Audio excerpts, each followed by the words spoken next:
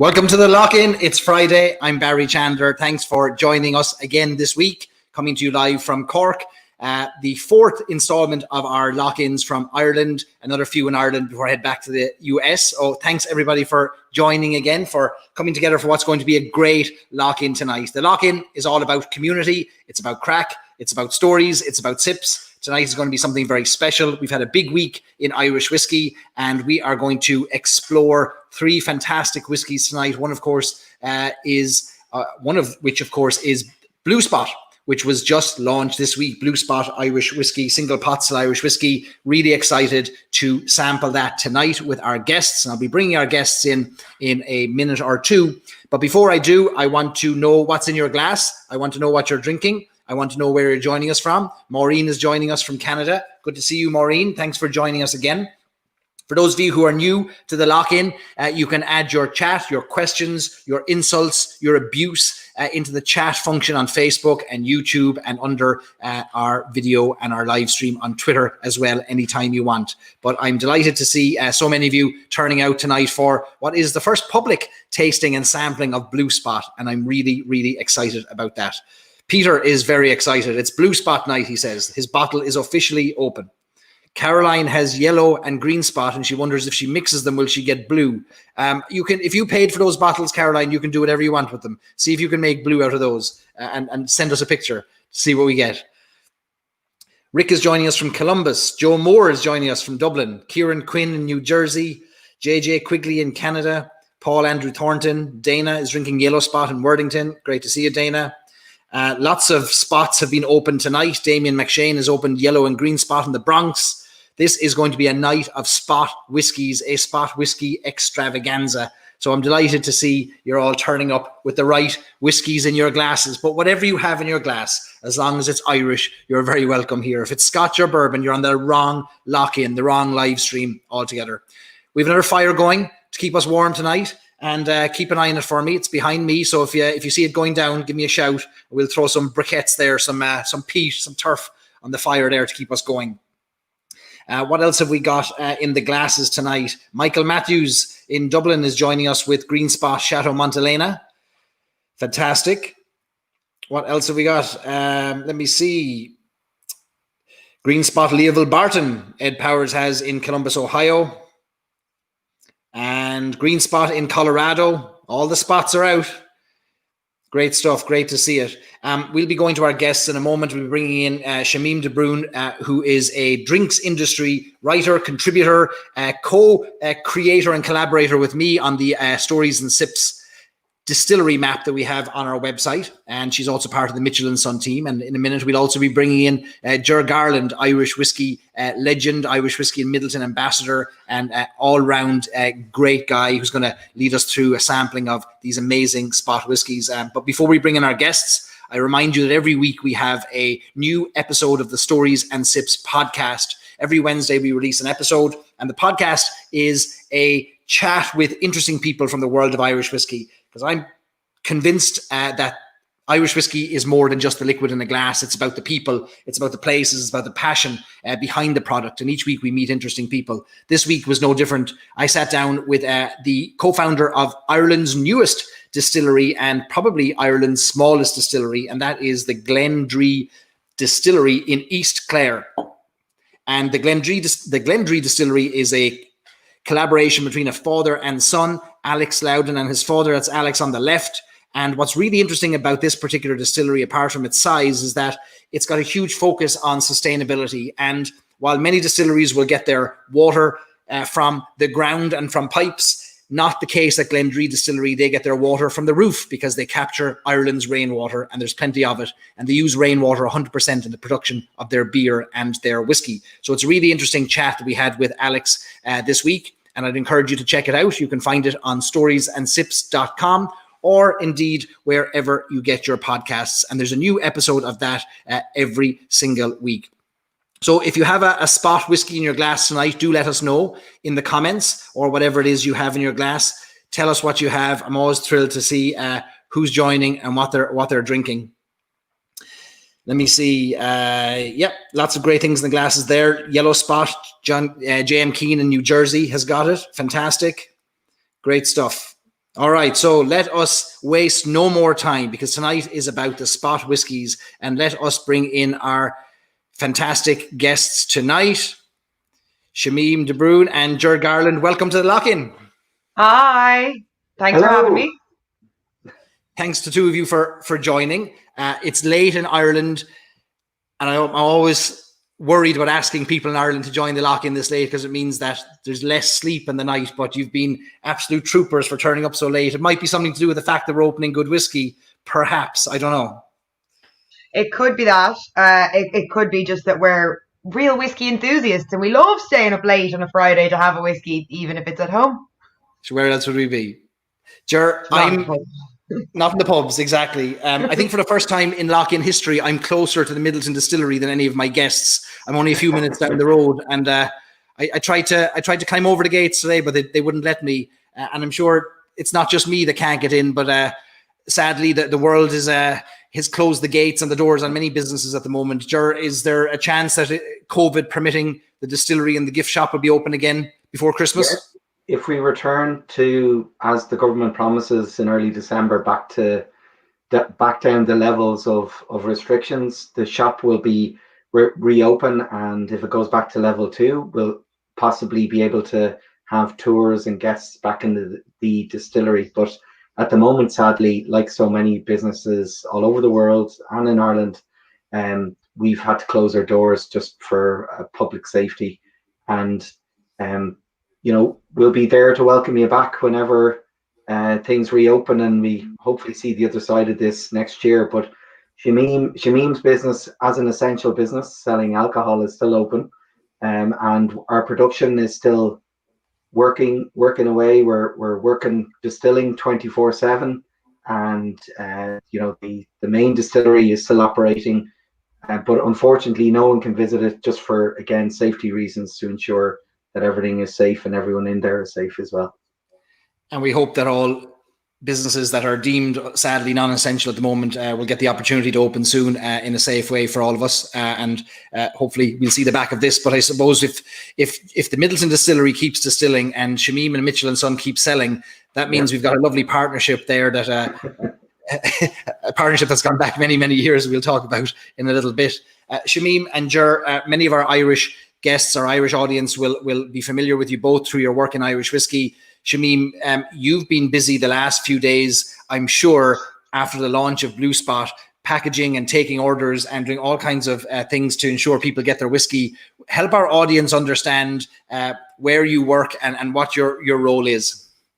So I'm on the website team in Mitchell & Son, but where the website is also in a shop. So it's quite a small operation. It's quite intimate, and at the moment the social distancing guidelines means that we can't just pack staff in the way we would have done for the Red Spot launch or previous launches. So we're doing them with as many sort of orders as we can fulfill every day. We have like a maximum that we can essentially do. So every morning a new batch arrive of Blue Spot, and they get divvied out, and they go live on the website. And one of my jobs is essentially to group them by the sort of delivery method, where they're going, how many there are, if there are other things with them, and then disseminate the jobs to other people. So you do all of the ones for America, and you can do all the ones for England, and you can do all the ones for Ireland. My biggest hiccup at the moment is that I'm constantly looking up air codes for people who haven't included their air code. And if you send something without an air code, the likelihood of it going missing is 30% higher than if you do have an air code. And 30% is such a massive jump that it's just worth my time actually calling an individual and being like, hello, I'm very sorry to bother you, but if I could please have your air code. And there's a lot of that going on. Yeah, it's very hustle and bustle. I know it doesn't sound it in my, we just do these few things, but it's actually like faster now. Well, there's a lot of people who are watching tonight that are drinking Blue Spot because of that work that you're doing there, that have it in their hands because you're all scrambling so fast. And what an incredible rush on the website, I'm sure, from the moment it went live. I don't know, did anybody, I'm sure you had anticipated such some kind of a rush, but what a, well, it's every actually go out quickly. it's been a bigger rush than Red Spot in 2018, like numbers wise. So November 2000, we have like basically the same amount of physical click-through traffic on the website in today, the 14th of November, as we had in the entire month of November in 2018. But the in-store sales are obviously way down because we're based in the financial service district, and so there's nobody in the offices, so there's nobody coming in to, pop in and pick up a blue spot on the way home. So I know. Amazing to see the demand, and long may such demand for Irish whiskey continue, even if we can't get it physically by walking into the store. I think you will be kept busy for a while there, Shamim. Ger, there isn't an Irish whiskey fan in Ireland that hasn't at some point attended an event, a charity event, a tasting, a launch, where you have given a great presentation. You're no stranger to the world of Irish whiskey. You've been involved for many, many years in the world of Irish whiskey, and very generous with your time as well in the Irish whiskey world. Help our audience members who haven't yet met you, help them understand what your role is and how long you've been doing it. Yeah, so my name is Ger Garland, and I work for Irish distillers who own Midleton Distillery. And we basically, Irish Distillers was formed in 1966 by the Powers Distillery, the Jameson Distillery. Hopefully you've heard of some of these whiskies. And a group of distilleries down in Cork that were owned by a family called the Murphy's family. And they were called the Cork Distilleries Company. And one of their distilleries is Midleton Distillery, where we're making all our whiskey now today. And basically, myself as a child, Barry, I saw a field of barley and I said, that's going to be whiskey someday. I want to work in that industry. You did, yeah. And I sold my first case of whiskey. In 2001. So I joined the company in September 2001. But I've been as sales. I'd been working in sales for about 4 years at that stage. Worked in telecoms. I sold plastic items like forks and plastic bottles and refuse sacks.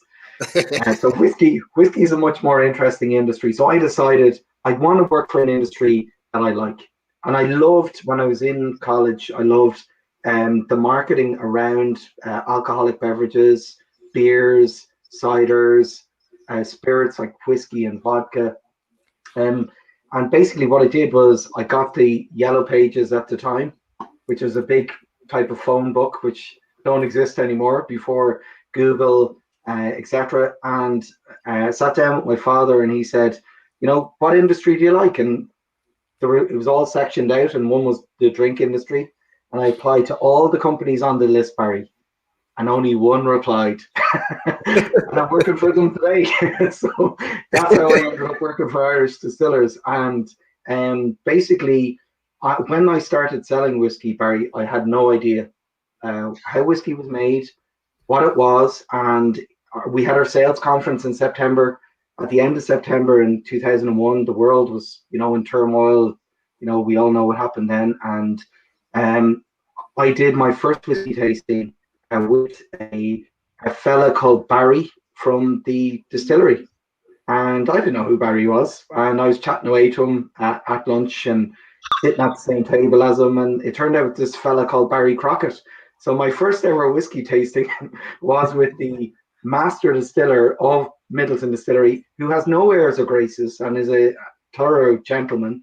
And I've got on with Barry ever since then, and he's really it was what really sparked the passion. And the whiskies that I tasted on that day were Redbreast 12-year-old, which we had just repackaged, and Jameson 12-year-old and Jameson 18-year-old, which we just launched, and Bushmill 16 and Bush 10.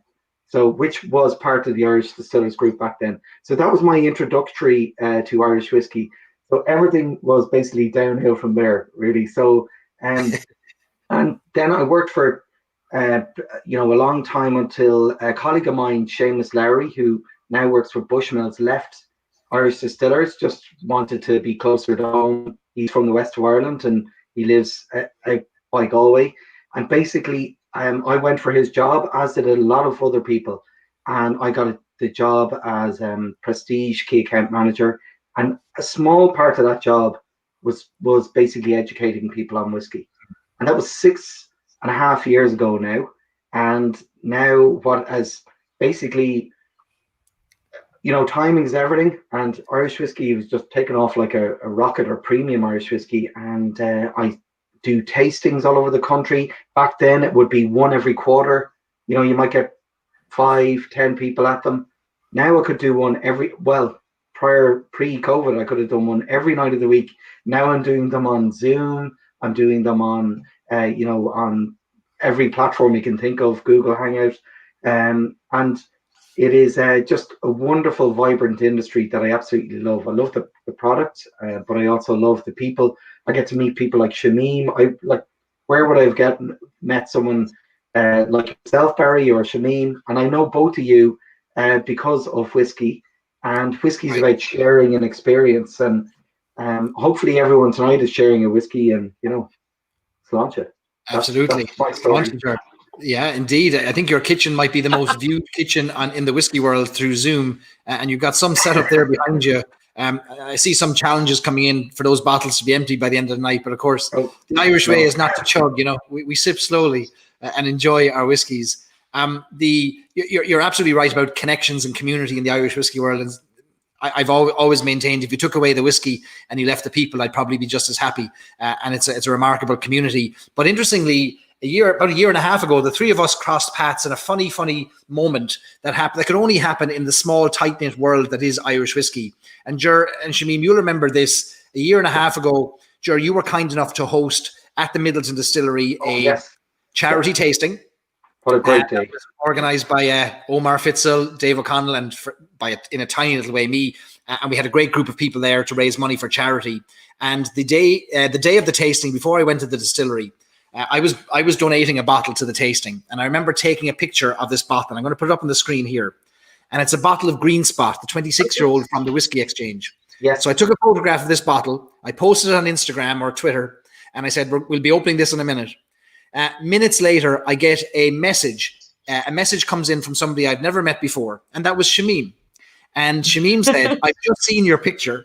And she said, I've zoomed in on the label, and I can tell that was distilled on the day that I was born.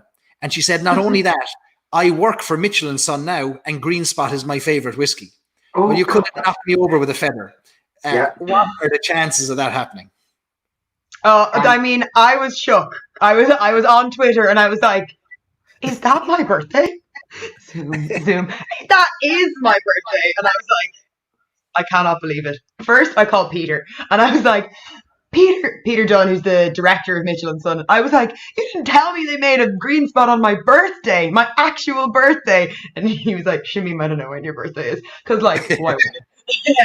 But I was like all about it. I wouldn't shut up about it. And then we were going to Whiskey Live like months later, and not Whiskey Live, the Whiskey Awards down in Dingle, and Ger was giving me a lift down, and lo and behold, in his car is a dram left in the bottom of the same bottle from the charity tasting of my birthday whiskey that I had on Christmas with my mom.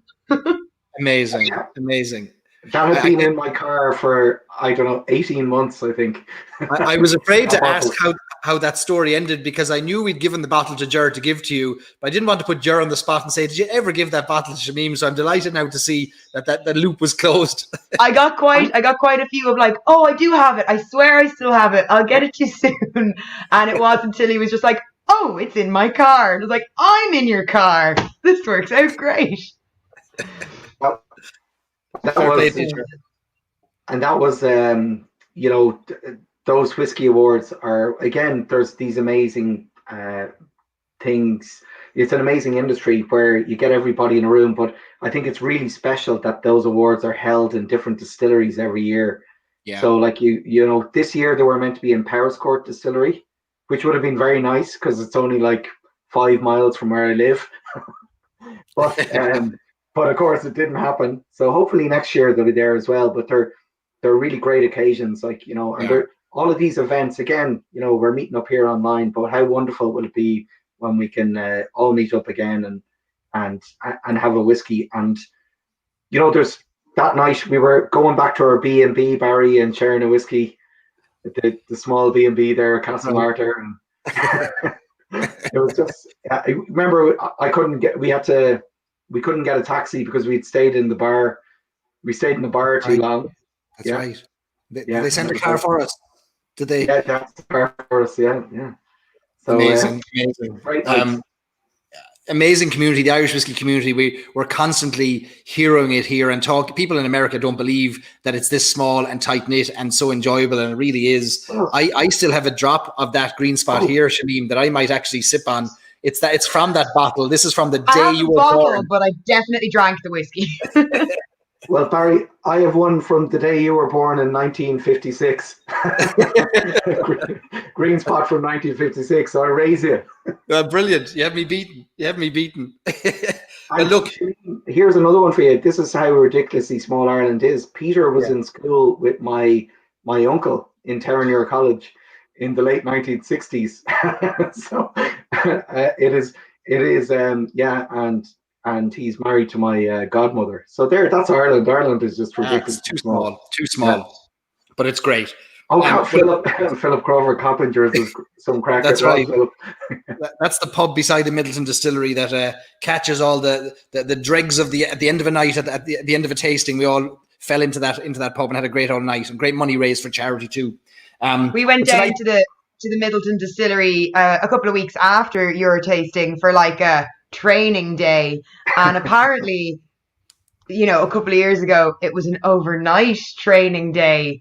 But when I went down, they'd pared it back a bit, and we had to be on the train, you see, by 8 o'clock, so we could be home before the end of the night. And I believe it was because the second day was full of hangovers. So yes, that's it. I was just going to say people were as useful as a chocolate kettle the following day. So it meant we decided that we should make it about the education and the expanding the knowledge around whiskey. So rather than the crack, the crack can come after that. We'll do it again. I was very well educated. I know you are, and that's the thing. I wasn't worried about you. It was the other people you were with. They were very dodgy. Next time we do that, we'll have an even bigger crowd, and we'll bring a charter flight over from the US to fill the distillery, Ger, and raise a lot of money for charity if we can do it again. Amazing. Yeah, let's do it. Yeah, totally. Tonight's about the spot whiskies. We're sampling 3 whiskies tonight: blue spot, yellow spot, red spot.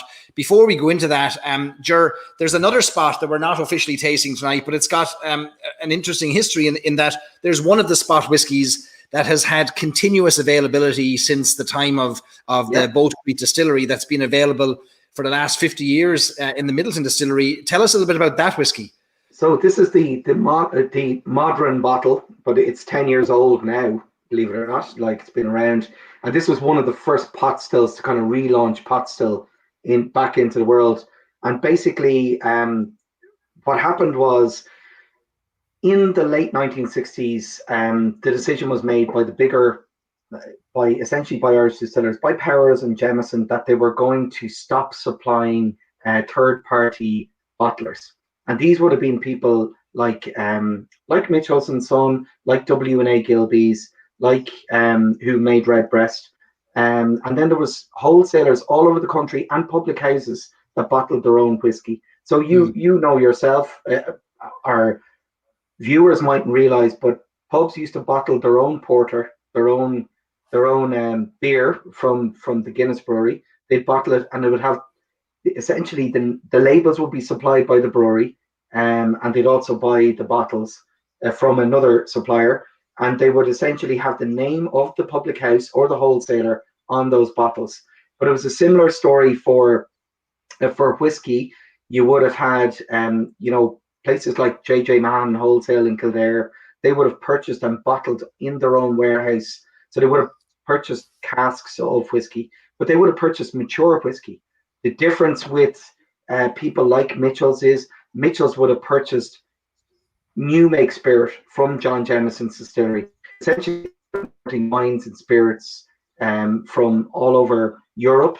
You had cognacs from France, you had Madeira wine from Portugal, you had Oloroso sherry from Spain, Marsala from Sicily, and then they would decant those they would bottle those wines, and then they'd bring the empty barrels to John Jameson's distillery from their cellars in Fitzwilliam Lane, and essentially return back to their cellars and mature this whiskey. So there was kind of two different areas. We were supplying bulk spirit, the Jameson distillery in particular, and mature whiskey then.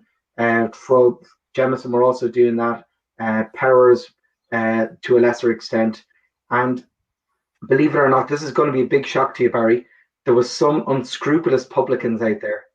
And what they would do is they would water down the whiskey. If you were lucky, they might put cognac or sherry or, a lesser, we call it a lesser drink into it to stretch it out. That's a judgment now. And listen, we have people like Dan Finnegan of Finnegan's Pub, the Sorrento Lounge in Dalkey, the local pub of Bono, and all of these fellas.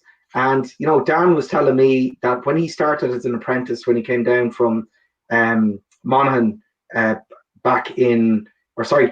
God, I'll be shocked for saying that. But he came down from Cavan in the 1950s. And basically the publican, where the L Dublin is now, would send him down to the cellar to water down the whiskey, because if he was caught, it would be Dan's fault, not the publican's fault. Right. And it was widespread. So you had basically bottles that, had the labels on, but all different shapes of bottles, and a total lack of consistency within the product. So the idea was, the story goes is that they say it's Mr. Burroughs, who was the former chairman of Irish Distillers, at the time of joining with Pernod Ricard. Mr. Burroughs was sitting in the Palace Bar in Fleet Street in Dublin, and he looked up a Jameson executive. They say he looked up and he saw all these different bottles with different labels, and asked for two different Jamesons that had been bottled by two different places, and they were totally different. And he said, this has to stop. We need consistency in this product if we're going to be able to compete on the world stage. So an era of modernization came in, and part of that was, unfortunately, was saying to people, look, we're going to, in a couple of years, we're going to stop supplying you. So basically by 1973, no one was being supplied. But here's the twist. The Mitchells, the first chairman of RTE, our national broadcaster here, Radio Television, he basically was in the same yacht club as the Mitchells. So he said, I'll keep supplying you lads, don't worry about it. So they managed to be supplied, and it was not a very expensive bottle, not a very expensive capsule closure. It was a gold capsule closure, kind of off the shelf job. The label was fairly, I would say the design was Clunky. Nice. Rudimentary. It wasn't. Clunky is probably a good word, yeah. And basically we supplied now, instead of the new make spirit, because barrels stopped coming into Ireland. That's another thing that happened. Basically in 1947, the Bordeaux wine industry came up with this rule that all Bordeaux wine had to be shipped in a saleable container. And again, it was a similar reason. Particularly during the war years, you had wine merchants in London. We won't say the Irish ones did it. It was the ones in London, but they were mixing this Bordeaux wine with, wine from Australia, wine from South Africa, and they were stretching it out, and it was devaluing the stuff that was being produced in Bordeaux. So to kind of protect the industry, they started shipping in saleable containers, essentially glass bottles most of the time, big glass bottles, small glass bottles, whatever you have in yourself. And the cognac industry followed suit. You had people like the sherry industry, which was still big enough at the time, and everyone started getting this idea. And there's a tradition of bottling from the distillery, but in places like Scotland, the distillery usually didn't bottle. It was the merchants like the Chivas brothers, the Ballantyne brothers, etc. So the combination of this, of barrels not being available for these merchants to essentially fill them with new make spirit, and also this change of direction, they basically decided that the Mitchells was kind of an oddity. It was such small volume, and it was under the counter. They didn't even have a spirit license, until very recently. So I'm not saying it was illegal, but it mightn't have been true to the spirit of the law, because they were a wine shop. But they were, it was really the only place you could buy it. So Shamim might be able to put another few Yeah, so like Yes, in Kildare Street, which was our big sort of holding, like it was like 3 floors, it was a restaurant, and then downstairs they even in living memory, like so Peter, Liam and Johnny Mitchell would all remember when they went downstairs and they did the bottling. Now Liam, he's been with the company since he was 16 and he's 78, sure, and he still works with us. And he'd tell you the stories about bottling the green spot itself downstairs in Kildare Street, and how he could open his hand this one time, and oh geez, like the mad stuff that comes out of them. But they still had a lot of the fortified wine barrels and stuff downstairs, even as late as possible. I think it was the late 70s, where they kind of ended with the bottling of themselves, of like Madeira and sherry and stuff. And it was a sad like sort of passing for them, because it had been such a thing for over 100 years, you know. But what they say in the lore of the Mitchells is that it was the Dublin whiskey green spot. It was one that the lads, the dockers, the Dubliners themselves would go out of their way, and green became the favourite more so than the other ones, the blue, yellow or red, because of its like value point, the 10-year-old, and you get it in a naggin. They love a little crouching tiger hidden naggin in Dublin, and they could come in and they get their little one. It was like a baby Powers, but like you get your naggin of green spot, as it were, and it really ticked over because there was this very loyal, very consistent sort of base, and being near Leinster House probably didn't hinder them either, you know. I had a chance to chat with Jonathan Mitchell not too long ago on the podcast, and he was sharing stories about going down to the cellars and downstairs, and as a child running around the cellars and seeing those barrels and seeing the colours on the heads of the barrels down there. Shamim, were you aware of the history and the historical relevance and importance of the Mitchell family and the shop and their business when you first joined them, I wonder? Oh, I was. Sure. I was managing a restaurant at the time, and I was like mad about wine. I was just like, this is it. I am here for this. You can study the entire history of humanity through wine, right? Like it's mental. It goes on forever. It is infinite. Okay. So I was like, how do I get a job in wine? And I sent an email to Mitchell and Son, and I got like no response. Cold email. Damn. Okay. Went in, I brought in my CV that was specifically tailored and a little bit, you know, brightened. And I left it in, and I got an email from Amy, and she was like, oh, come in, we have a chat. And then I had a meeting with Peter and Amy, and I was like, look, I'll do 2 days a week. I'll just help you out. I'll write some product descriptions. Like, I can, whatever you need. I got you. And I heard nothing back at all. And what I did was I wrote them a 500-word piece on the Irish wine geese and submitted it to them. And I was like, see, look, I can write things about wine. And they hired me 2 days a week, and now they can't get rid of me.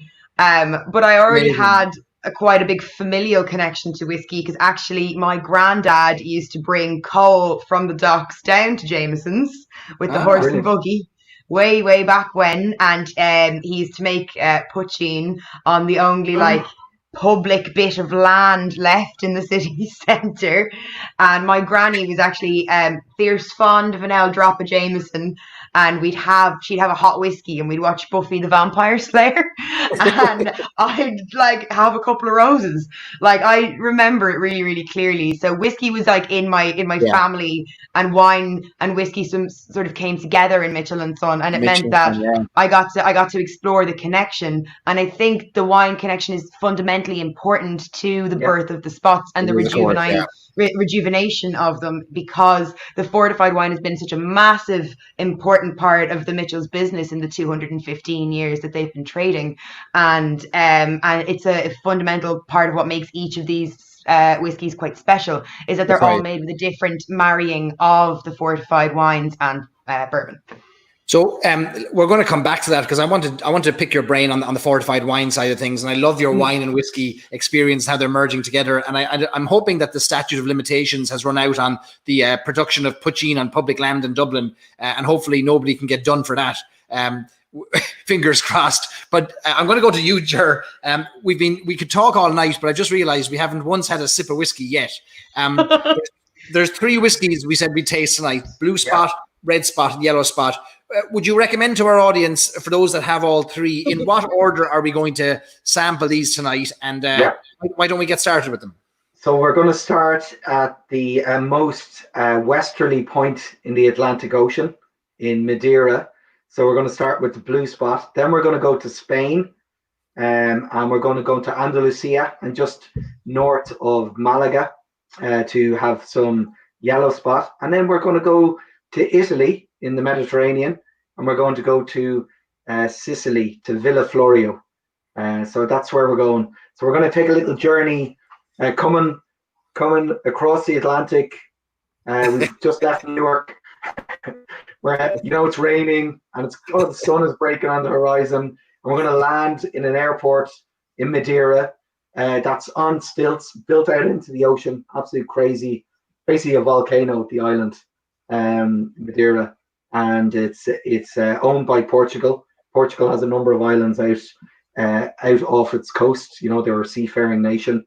And Madeira wine is really interesting, underappreciated, fortified wine. It's essentially something that isn't fashionable anymore. But you have to remember, fortified wines were huge at the turn of the 20th century. Ireland was the second biggest consumer per capita, or the biggest consumer per capita of fortified wines in the world. But we're like that with lots of things we like. So like chocolate, we eat more chocolate than anyone else, except for the Swiss. We do lots of things where we like them. We tend to really go for them. We like the cinema, we go to the cinema a lot. We like pubs, we have lots of pubs, all of that sort of stuff. So basically, Madeira wine is a fortified wine. So it's made from 3 main type of grapes. The production obviously has to happen in Madeira, and they use a method which there is some parallels with things like Marsala, where they kind of heat, essentially heat the wine and fortify part of it. And it's fortified with what they call a brandy, but it's essentially a white spirit, a grain spirit that they fortify. No, it's a grape spirit. A grape spirit. Yes. Spirit. So sorry. And just for our audience who are following along, we're talking about Madeira in relation to Blue Spot, right? So first whiskey is Blue Spot. For those who are following along, fantastic. Okay, so the fortified wine component is the Madeira. Yeah, it's the Madeira. So with Blue Spot, it's 3, like with all of the, as Shamim said, it's a fortified wine which really distinguishes the different members of the family. But in the case of this, it's that cask strength as well. So you have Yellow Spot at 46%. You have Red Spot also at 46%, and then you have Green Spot at 40%. And then the 2 wine geese, because Shamim was talking about wine geese, which are the families that left Ireland and essentially got in, like the Barretts in Napa Valley, or the Bartons, who are Chateau Leoville Barton and in Saint Julien, and they essentially, anywhere that Irish people went, and essentially usually got into the wine business or cognac. Yeah, it originates from after the Battle of the Boyne, when the wild geese in the Yeats poem went off all across Europe to find good Catholic home after the Battle of the Boyne didn't go their way. And it resulted in 16 chateaus in Bordeaux that actually have direct Irish heritage.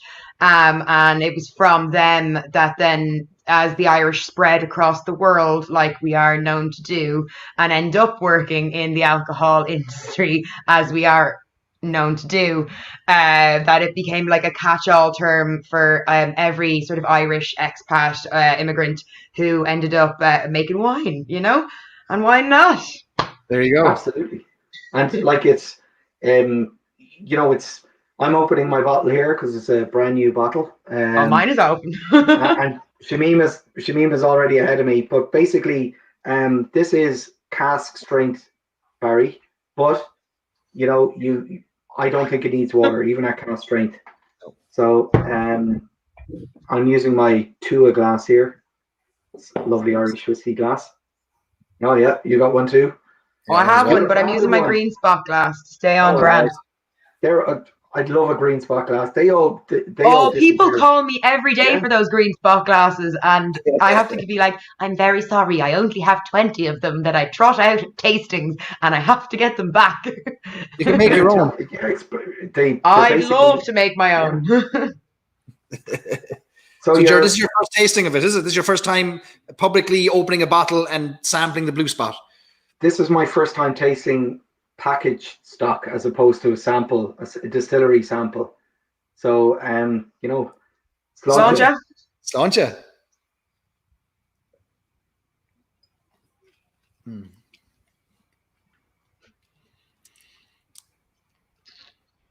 That's pretty good.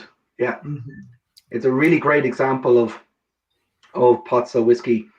You know, again, surprisingly, you know, at cask strength, so essentially 58.7%.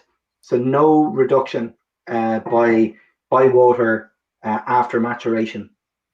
It's been matured for, there's an age statement on it. It's 7 years old, but it's 7 to 20 years old. So the story here actually started in the late 90s.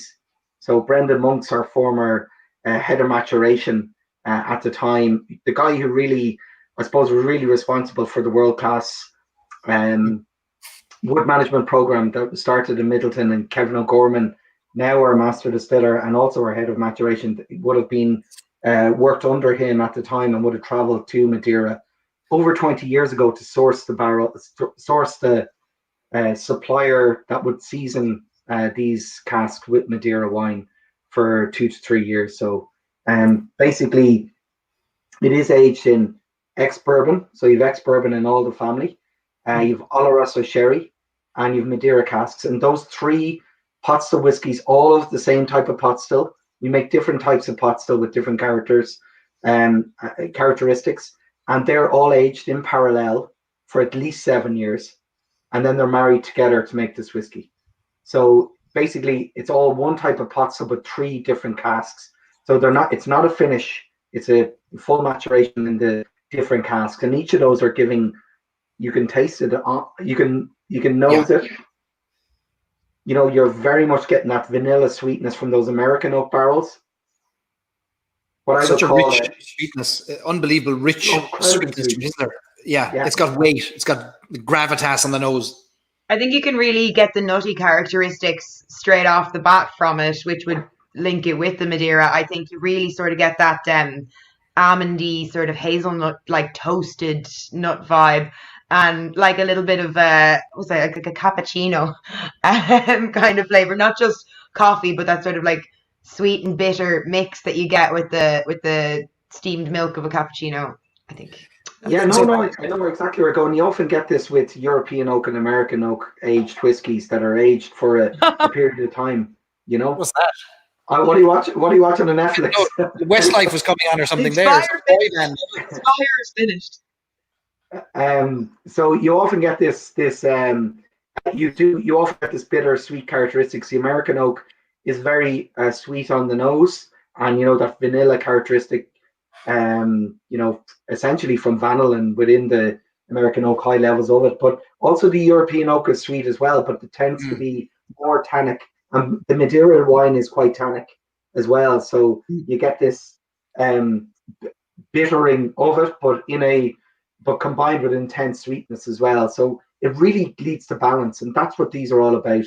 You know, balance of the different component parts in there. There's not one of them.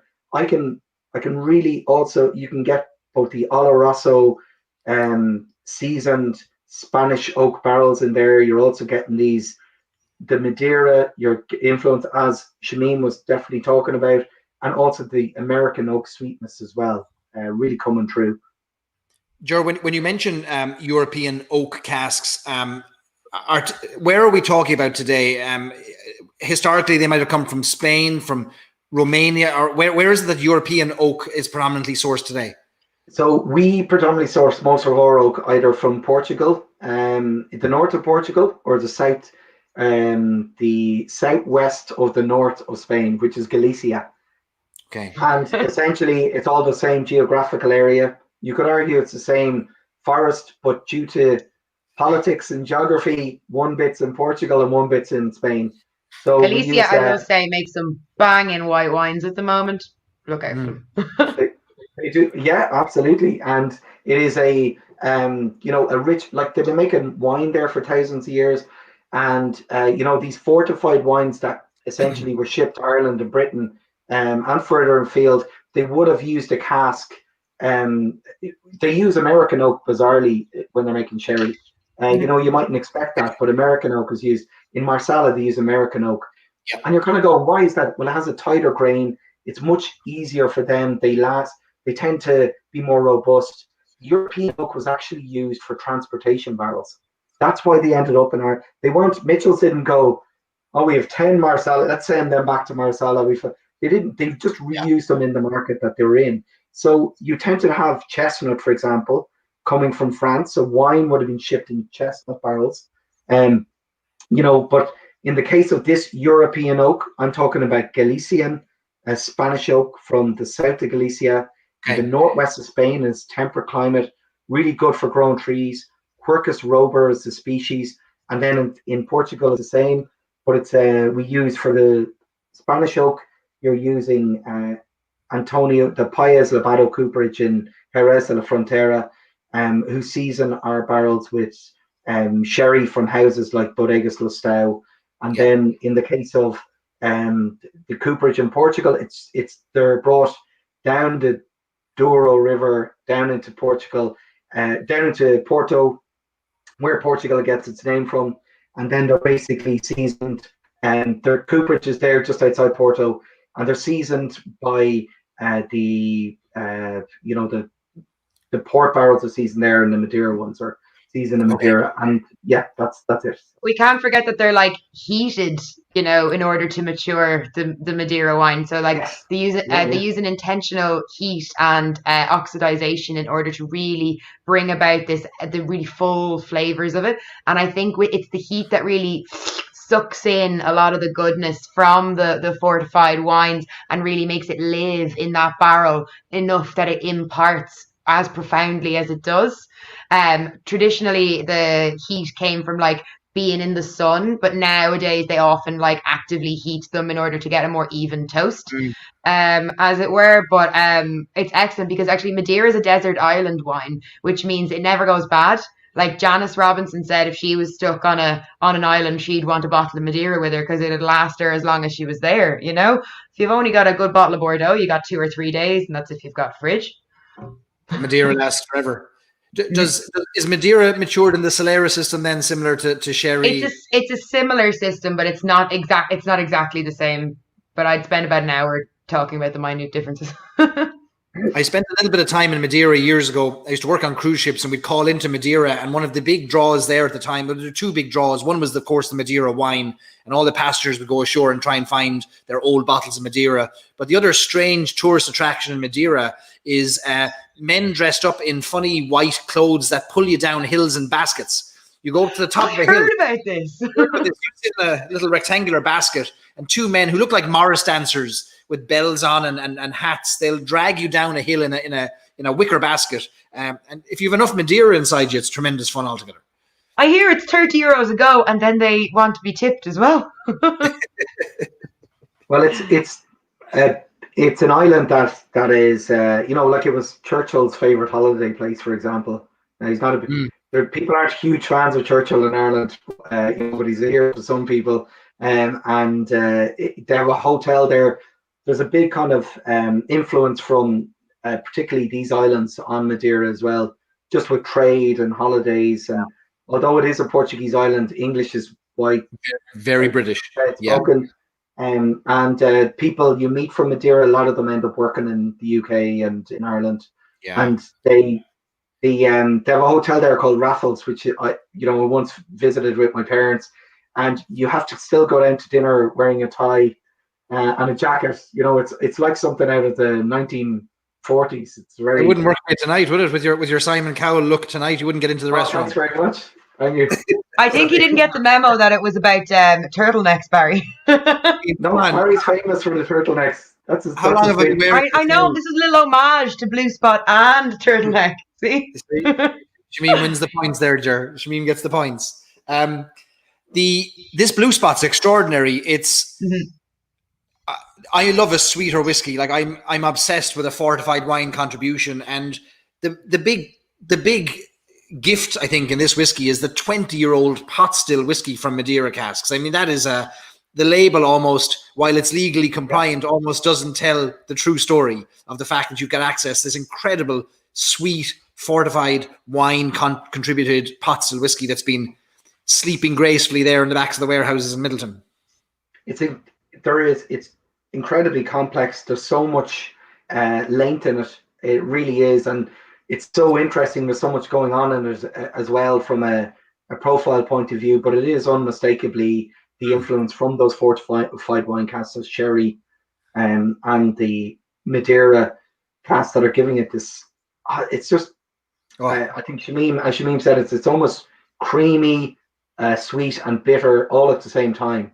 You know, this extra dimension you get from pot still whiskey, this creaminess in the middle of your palate, the buttery type character, and it has massive length. There is also the cask strength alcohol just intensifies, you know, it being cask strength, it's concentrating all of those flavors further and giving you a really rich, and I think the price is, for the price of it, I think it's incredibly good value compared to. Yeah, I think it's excellent, and you have to be careful though, because it really tastes like more. You're like, oh yeah, I really enjoyed that. You know, better have another bit. And then you're like, oh no, 50%, can't do that.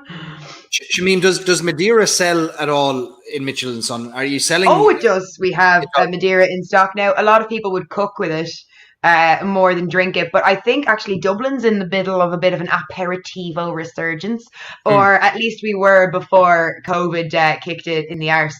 But restaurants like Eto and Uno Mas and stuff, they had a massive aperitivo culture.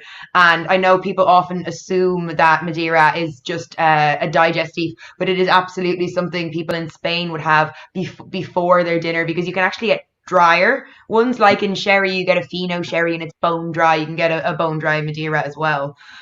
So there's a lot going into it, and I think that as the culinary evolution kind of travels through the internet and the democratization of cooking through these sort of like ability to learn, access to ingredients, access to things, that I think drinks culture goes along with that. And as people are eating more tapas, they want to try the drinks that originally evolved with it. The same way Irish cooking has really evolved in and of itself, and the whiskies and the beers and things that we make really pair quite well with the food of our nation as well.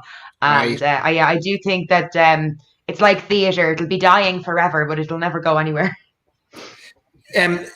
Ger, this release at cask strength is the only of the spot whiskies of the permanent lineup that is at cask strength, and I know there's I see on Twitter, you've seen it yourself, I'm sure, a movement trying to get more cask strength whiskies released. There's a cask strength crusade hashtag by our friend David Mara, whose birthday is today. Incidentally, happy birthday, David. Happy birthday, Dave. And so launch it to David.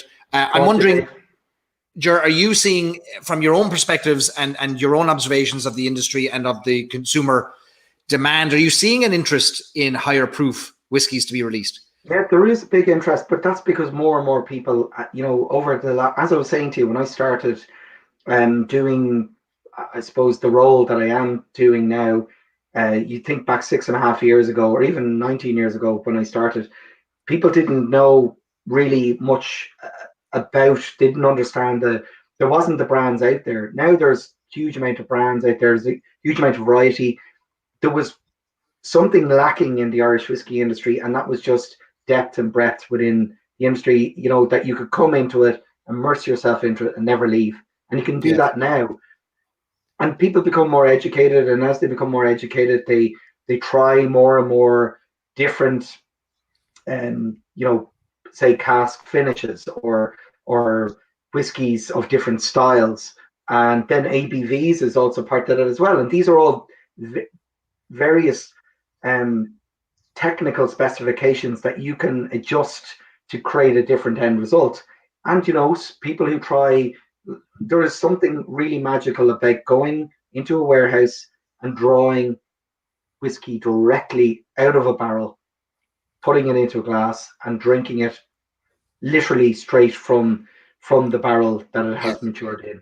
And cask strength whiskey gives you that opportunity to try whiskey in its unadulterated form. Now, be under no mistake, this has been put together by the blending team in Midleton in a incredibly, they took a lot of time to put this whiskey together. They didn't just throw a couple of casks together. But the reason I think people are interested in cask strength whiskey is that, that feeling that they're getting something, they're tasting what the blender is tasting. They're getting to try something that is really only the preserve of people who work in the distillery or work close to it. So I think that's why people are into it, and the education is there for people to understand what that is, where it wouldn't have been there, I would say, even 3-4 years ago. I think it's a recent phenomenon and a welcome one as well. Before we move on to our next whiskey, which is a Yellow Spot, Ger, would I be right in saying that you've got these ratios of casks that have to be, there's a ratio that has to be arrived at, a combination of the ex-bourbon, ex-Oloroso sherry, and ex-Madeira. Presumably, ex-bourbon is the largest component, ex-sherry would be the next largest, and then ex-Madeira would be the next largest. Would I be right in saying that? I'm sure you probably can't tell us the exact ratios, but is that how it works generally? Yeah, and something like Green Spot, yeah, absolutely, yeah. Like it depends on the whiskey, Barry, and Green Spot is the majority of the casks used are ex-bourbon. There's a small amount of sherry seasoned Oloroso casks that are used there, in Green Spot to essentially add a bracket of sweetness there as well, and then you have. With the Yellow Spot, you have essentially 3 casks. So you have bourbon, then you have sherry seasoned Oloroso in a larger proportion, but you also have Malaga wine casks, a very sweet wine from the base of the Sierra Nevada mountains, as I said, north of Malaga, and that wine is intensely sweet. About a third of the grapes are dried outside, so you're getting this really transferring into the whiskey. Those casks are made in Payas Labato as well, from that Galician Spanish oak.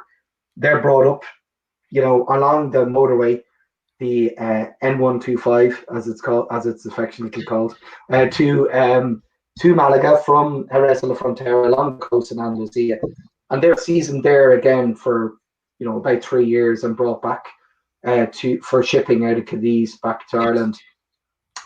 So it really depends on the whiskey, and as you move up, that will change. But I could also say that different casks are going to have a larger contribution to the flavor profile of a whiskey. It's not really just about volume, and I'm not talking about 200 litre versus 500 litre or 550 litre. What I'm talking about is European oak, particularly Quercus robur, has a more open structure than American oak, Quercus alba, all from the eastern continent of the United States, from places like Missouri, Kansas, Kentucky, Tennessee, all of these areas that are rich in oak, sustainable oak forests, which is an amazing thing about the US. You have these federally bonded sustainable forests that are around for like nearly a century. In Europe, and particularly in this country, we have not been great at sustainably managing forests, and that's really important to us, that all of this wood is sustainable. It's all wood that is used to ensure that we do produce sustainable wood. But it's the more open structure that European oak, and it will allow a bigger contribution to the whiskey. And the seasoning,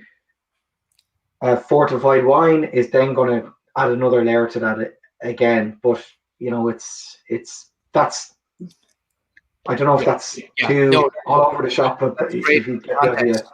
Yeah, absolutely. It's a question that often gets asked because people sometimes confuse blending with marrying. and the marrying, of course, taking that same style of whiskey and choosing the right ratio. And that's also the blender's job, isn't it? And choosing which, does he want 80% bourbon, 10% XL Rosso sherry, 10% something else? It's a fascinating bit of art. You know, you got that science of distillation meeting the art of blending and ratio control. It's something that people get very fascinated in. It's really hard. I don't know how, I find it really complicated. It's artistry, but it's also an exact science. Like they're two very smart, very intelligent people. Like, you know, they're you know, they have huge, they're able to calculate numbers almost like Billy Lighton is able to just, you know, number crunch like I've never seen anyone do it. And Dave McCabe is a very, very intelligent, you know, really smart fella as well. And I think the two of them work really well together. And gentlemen, the result is obvious. We're going to move on to the yellow spot, but a question that came in there from JJ is he's on the green spot. How does the blue spot compare? Because green spot to him has one of the best noses of a whiskey, sweet golden green apples. I think this is very different. To me, and I don't know what Shamim and Ger you think, but to me, green spot is to me a summer whiskey. I don't know why. It reminds me of crisp orchards. It reminds me of pear cider in iced pint glasses full of ice. There's a lovely crispiness to me to green spot, whereas this blue spot seems to be that it's almost like you're wrapping a fur coat around yourself in the winter, and you've got a lovely sweet caramel weight to it, but on the nose and on the palate, at opposite ends of the nose spectrum for me. And I don't know if you get the same. Absolutely. The apple, the orchard fruits are there, all right, but it's much more kind of tropical fruit, like pineapple and, you know, kiwi kind of zestiness to it. Like it's incredibly complex. Like the beauty of green spot is its consistency, but also, as you said, it reminds me of an orchard, a green or pear orchard with a barley field in the background and the sun shining. I don't know why. I can get the cereal note character from it. You know, it's got this orchard fruit note. Like that's why it is you know, you can elongate it with freshly pressed apple juice in a highball with ice and a good measure, maybe an ounce or 2 ounces of green spot. Elongate that drink and use a Granny Smith's slice and just sip away, sitting on your porch looking at the barley fields ready to mature. Where you fell in love with that's sorry. I was gonna say, I think that's great because I think like there's quite a unification of all of the spots with this sort of like streak of green apple in the middle of them. Yeah. It's much more dominant in the green spot, which I would agree. But like there's that, like it's like a supporting structure in all of them that I think it's like a fundamental characteristic in the green spot. And it's like when you reach that when you're tasting the blue, you're like, oh, there's that bit that brings it around to the spots. There's a lot going on, and you could probably taste the blue spot for hours and still come back with a different note. But the like sort of like structure is quite similar. And there's also, as you know, Shamim was saying, consistency there across the range. There's also consistency in spirit. You also, you know, talked about the American oak cask. That's consistent through. So there are elements that distinguish, you know, that are common across the range, and then lead them all to run into each other, but go in different directions. And as Shamim said at the very start, it is those fortified wine casks that give each one its distinct character. A wonderful whiskey, Blue Spot. The questions coming in about availability in the US, February 2021.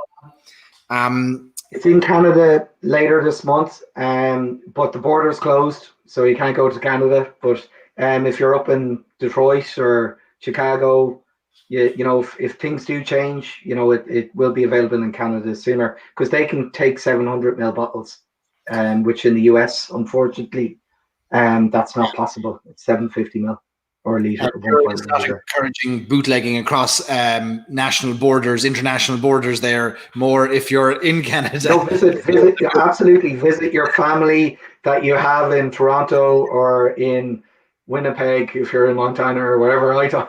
Yeah, Well, absolutely. we actually ship to America from Ireland as well, in Mitchell and good. Son. And we can give you the VAT-free rate if we know you're based in the US, because we run the card details to see where they're registered, and if they're registered in the US and it's delivery to the US, I can refund the VAT, which often offsets the cost of shipping a bit. So there we go. That's amazing. I didn't know that. That's really that's great. I'll certainly be letting people know. I get questions online from people asking me, when is it coming to my state? And yes, that's wonderful. Yeah, we have a regular customer in Kentucky that we ship to all the time, a couple in California, a couple in Kansas. There's one state that it doesn't allow us, and it's specified on the website. Oh, I can't remember. It could be Ohio, it could be Utah. I feel like it's Utah. I think it's the Mormon state. A few states there that are tough. But yeah, if you can't wait until February, order online. I ordered a couple of bottles for people online as well for shipping to the US, which is great. Okay, so Ed asks if there's going to be a good supply. So a good supply, that phrase is of course very subjective. My understanding is there's about 2,000 cases heading stateside in February, maybe more. Yes. If you heard that, that's probably true. Currently, it's about 1,700 for Ireland, for the UK, France, Canada at the moment. So if you heard that, I would well believe it. I don't know it. I don't know the answer, but I believe you, Barry. I trust you. Believe me, people have gotten into big trouble believing me on things, but that's something I heard thrown around by somebody in the distribution world. But we've got into trouble with distributors and their stories before.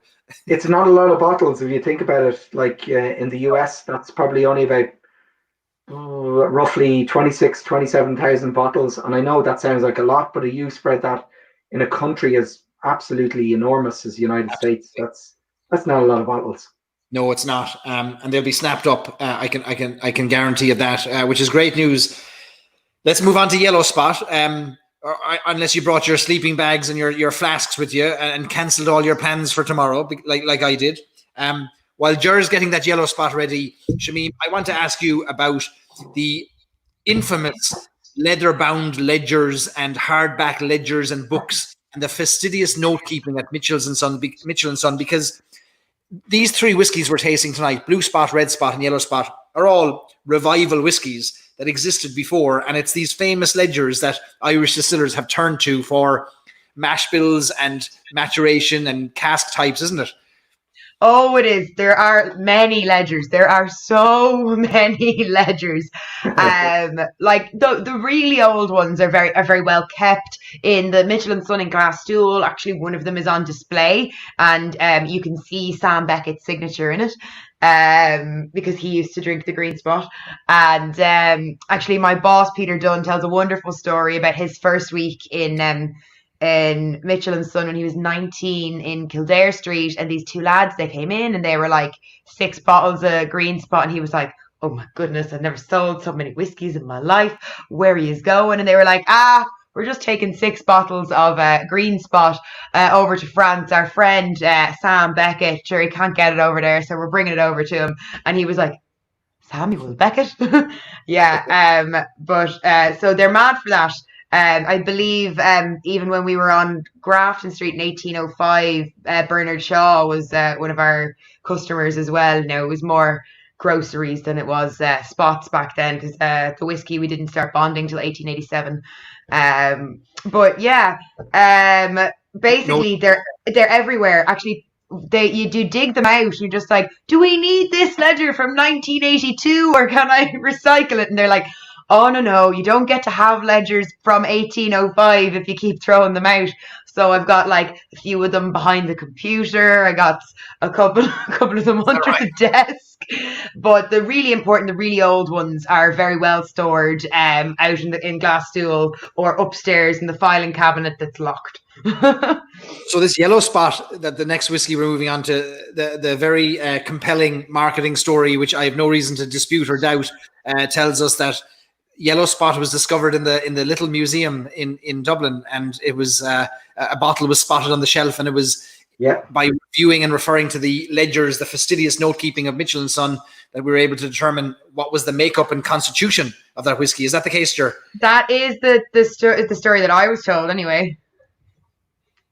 Listen, it is. In the case of yellow spot, it is true. But let's be truthful about not truthful. Let's be real about this. These are made in a different distillery, different stills. Yeah. Different equipment, different people making it. So these are modern iterations of those whiskies. And Green Spot also, even if you taste Green Spot from 2010, 2011, 2012, you'll notice in the batches, you'll notice slight differences. Very slight, but basically that's just because things evolve, things change.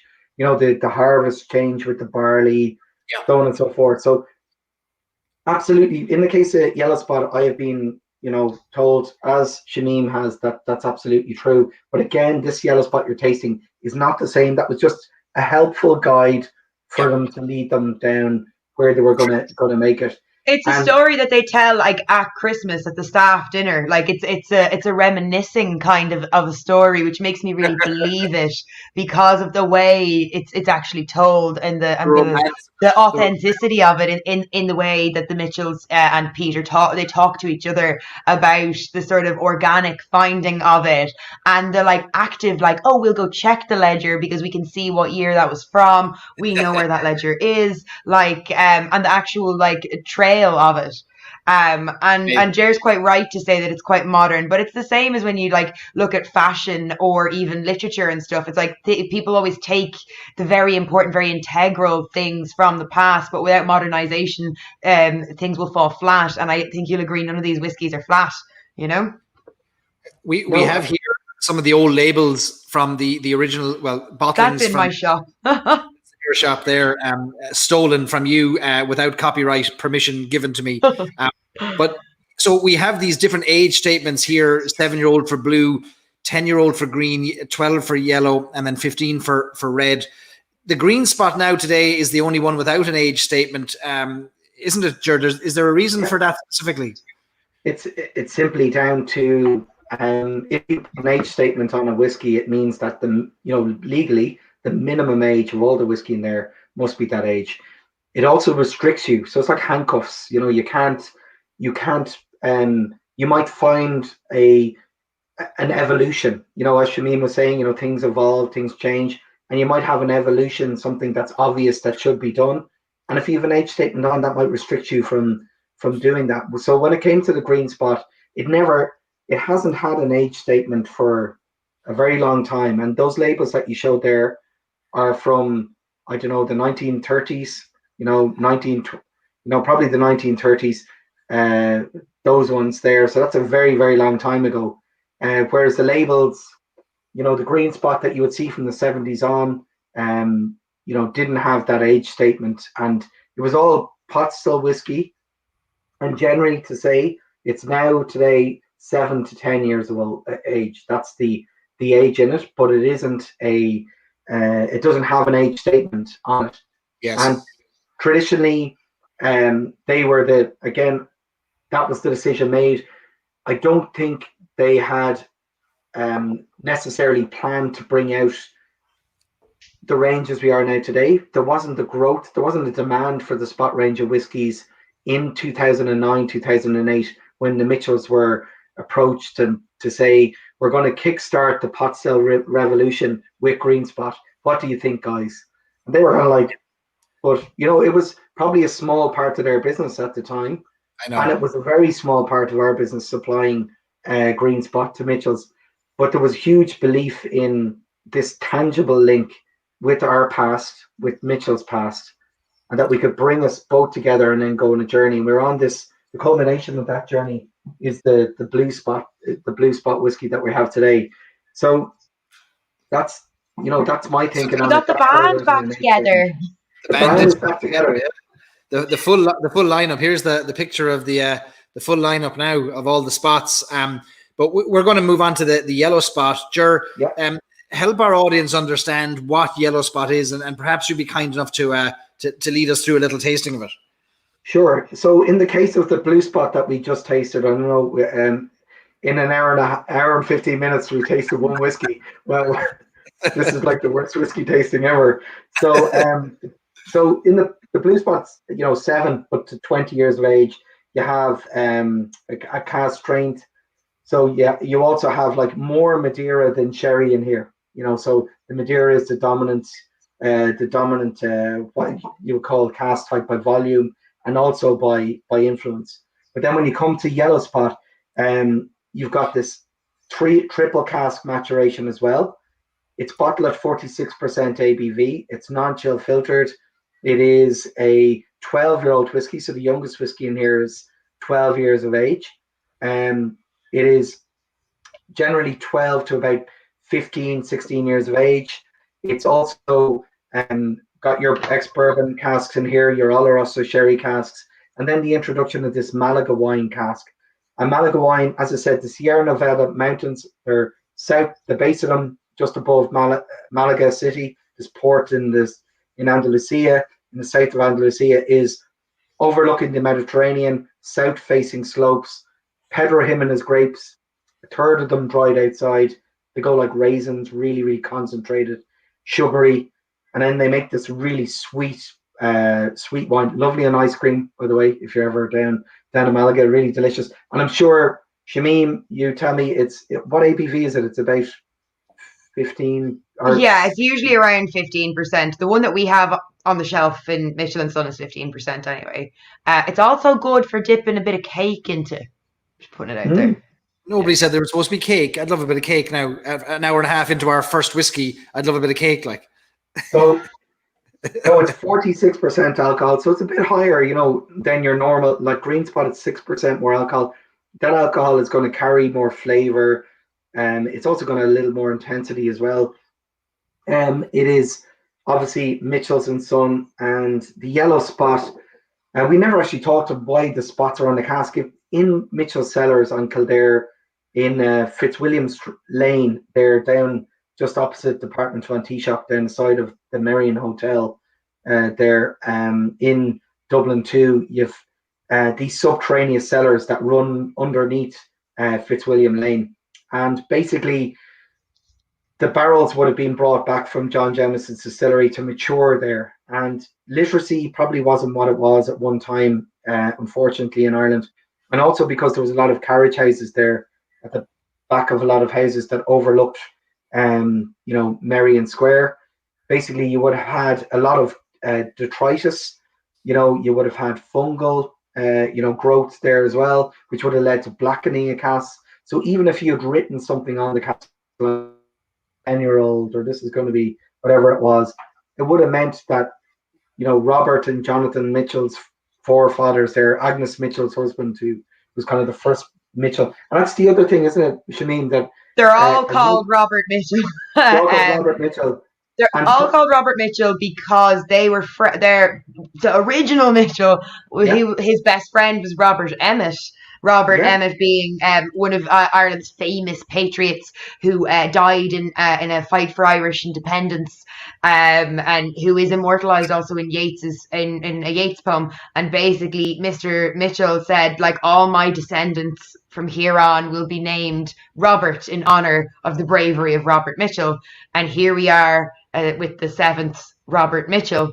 Now they all, like, Jonathan, his name is Robert Jonathan Mitchell. We all call him Johnny. And then Robert Mitchell is Robert Mitchell, and then his son was also Robert Mitchell, but he goes by his middle name as well. It's got to make very confusing Christmases, calling for Robert to come in to peel the potatoes, and 7 lads come running in. Well, then you'd have enough potatoes to feed everyone then, We keep interrupting Ger on his valiant quest to whiskey.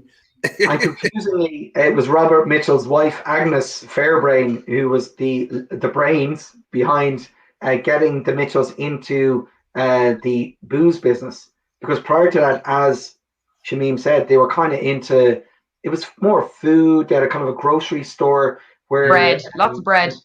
And bread, Grafton Street. Because William Mitchell, who was the first Mitchell, was originally from the north of England, and he was a a pastry chef in the Royal Kitchens, and he came to Ireland. He had a shop in Fairview, and then a couple of years later, he made enough money after meeting some Irish woman to buy a shop in Grafton Street, and that was the Mitchell's original restaurant and tea rooms. And if anyone's ever been to Dublin, it's where McDonald's is now. Sadly, on Grafton Street.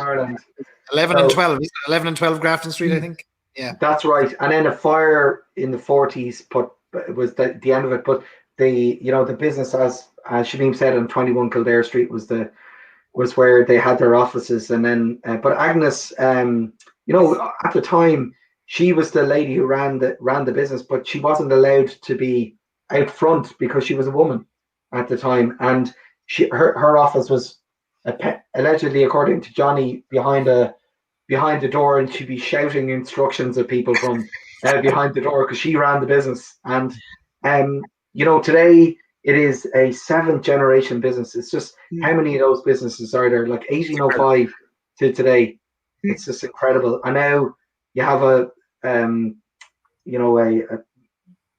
just an amazing range of whiskies that they are custodians of. It's amazing that to think 1805, the establishment of Mitchell & Son predates the establishment of the Midleton Distillery by 20 years. So, Shamim, you're the elder statesperson here on this lock-in because you're representing the oldest business of all. And poor Ger has to only get barely a look in with the young Midleton Distillery. Well, to be fair, now in 1805 we weren't doing the whiskey, and we didn't get into wine until I think about 50 or 60 years later, and then whiskey itself then came in 1887 is I believe the first cask we bought or we bought filled, but we didn't sell it then for a couple of years, but that's the dates, I believe, anyway. There was a great tradition of naming descendants the same name, it seems. Like I remember Carol Quinn in the archive in Midleton talking about discovering all of the various journals and ledgers of John Jameson, and she wondered how John Jameson lived to be about 200 years of age, when in fact it was his son and his grandson and the great-grandson were all called John Jameson. Yeah, like my own family, like Ger is a name going back nearly 1,000 years, so there's God, I'm the only Shamim I know. I'm the only Absolutely, and it's unique and it's a wonderful name, and it's something that people always want to talk to you more about. Like when they meet you, they're like, "Where did you get your name from?" Oh, it's why I hate going to a party where I only know like one person. You're like, if you're +1 or something, you just kind of go around the party and you're like, "Yes, it is my real name. It's from the Middle East. It means bright star," and you have the same conversation all night. But sure, if you have a couple of green spots, it's all right. Like. Well, maybe we get to the etymology of Shamim's name in the 6th hour of our lock-in tonight. So stay tuned for that. We'll eventually get to it. Because I never asked you about that, Shamim, actually. But if you don't like telling that story, we won't dive into it. Oh no, you're fine. I'm just taking the piss out of myself. I do spend a lot of time on the phone because people are trying to email me, being like, "It's like a shamrock and a meme put together." Shamim. There you go. Sometimes I think I'll change it to Janine and be done with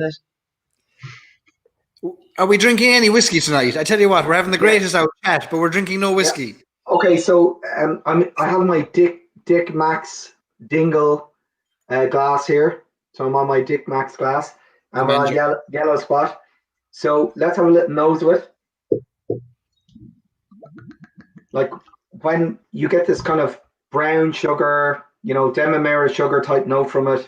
But there is again, this creaminess to it. It's like, I often think it smells like creme brulee. That's really what I get from it. It's really, really sweet on the nose. That Malaga wine, again, contributing loads of sweetness. You've got this, undertones from the American oak barrels. You get this kind of vanilla, again, more sweetness again in there. But you're also getting this peppery spiciness from the, essentially the pot still distillate as well. And all of these combine with the Oloroso sherry cask, again, amplifying this fruitiness in a different direction. More, kind of like boiled sweets.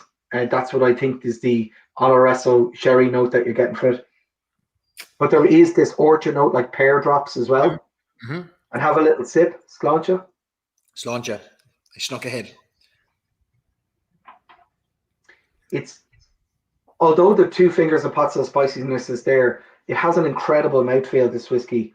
Yeah. And, you know, you immediately transfers into bitterness in the back of the palate and lovely length from all that vanillic acid, that like kind of, I suppose, American oak influence again. It's got huge length.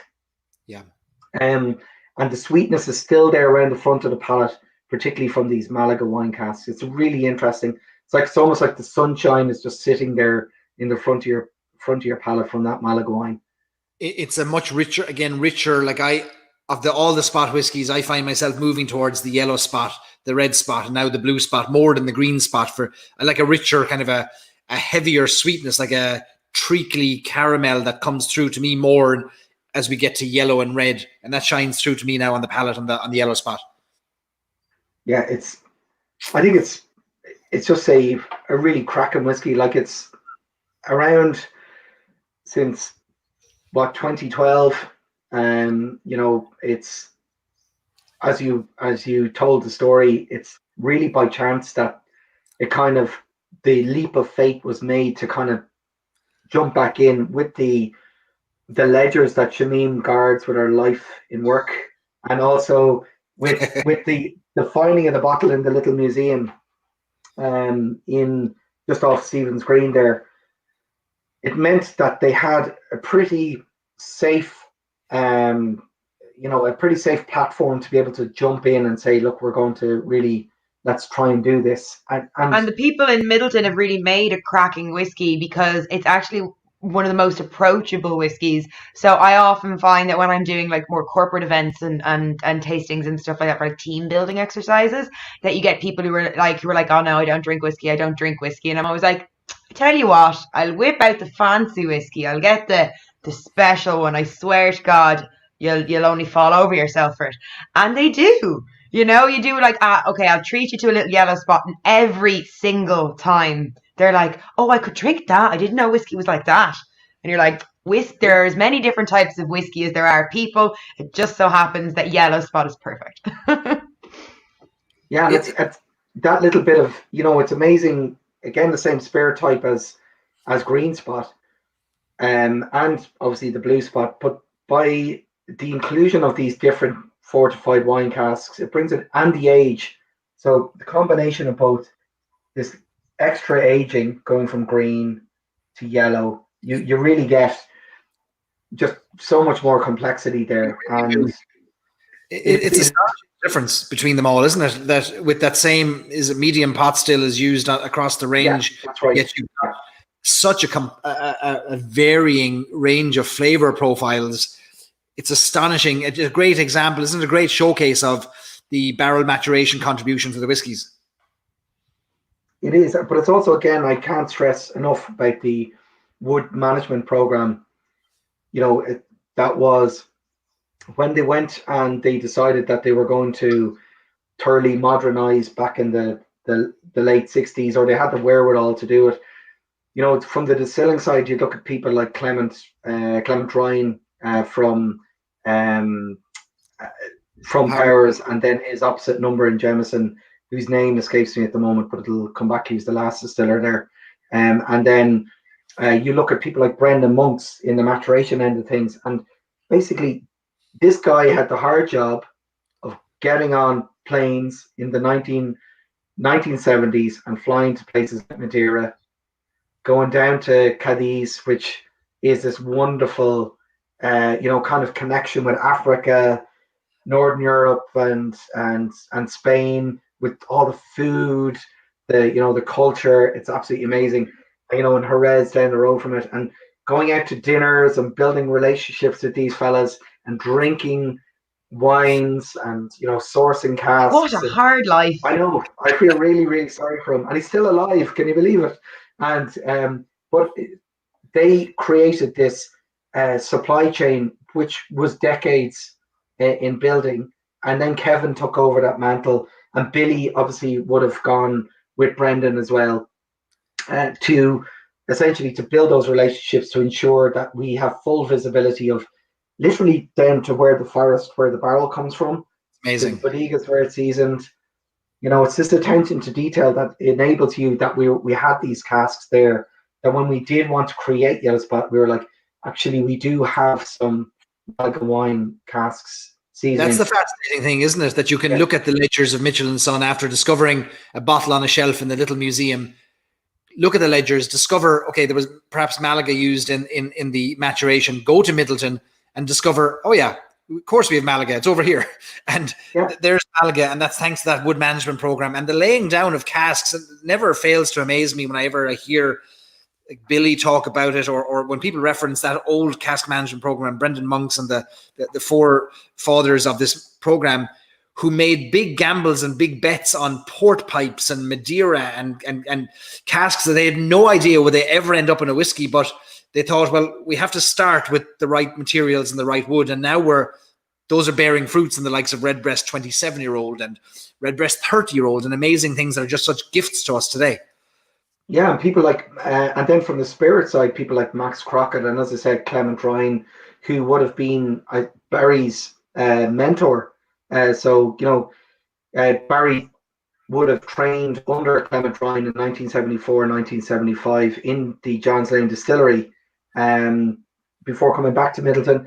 And, you know, Midleton for me,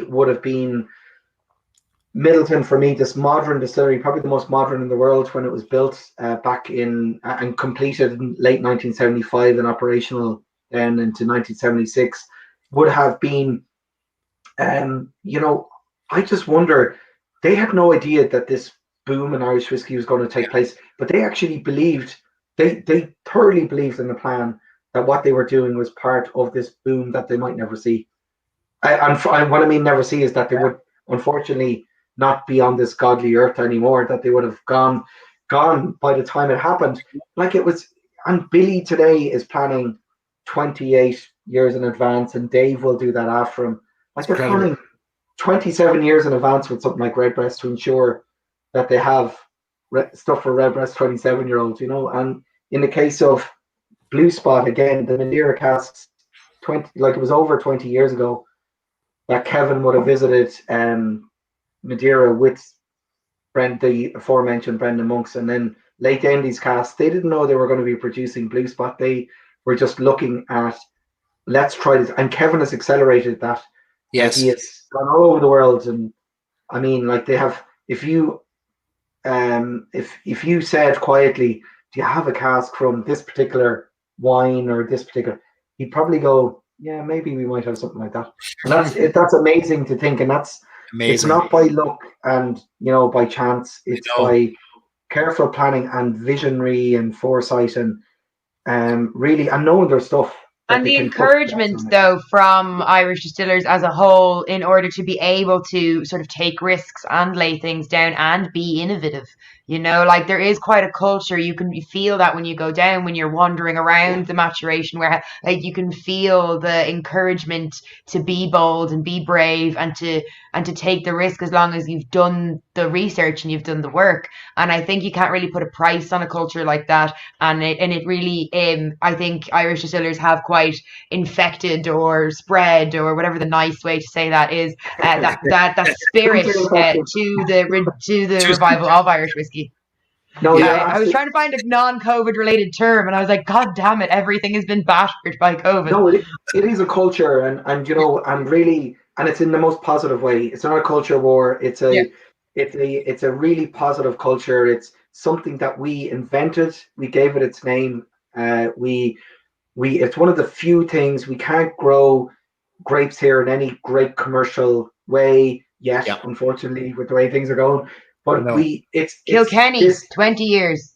20 years, I know, and you know, sadly, you're probably right. But at the moment, I did some research on the soil compositions. No, and absolutely, and it's going to be a changed world, and this will affect whiskey production as well. But luckily we live on a rock on the periphery of Europe. That's true. That has a mild, temperate climate.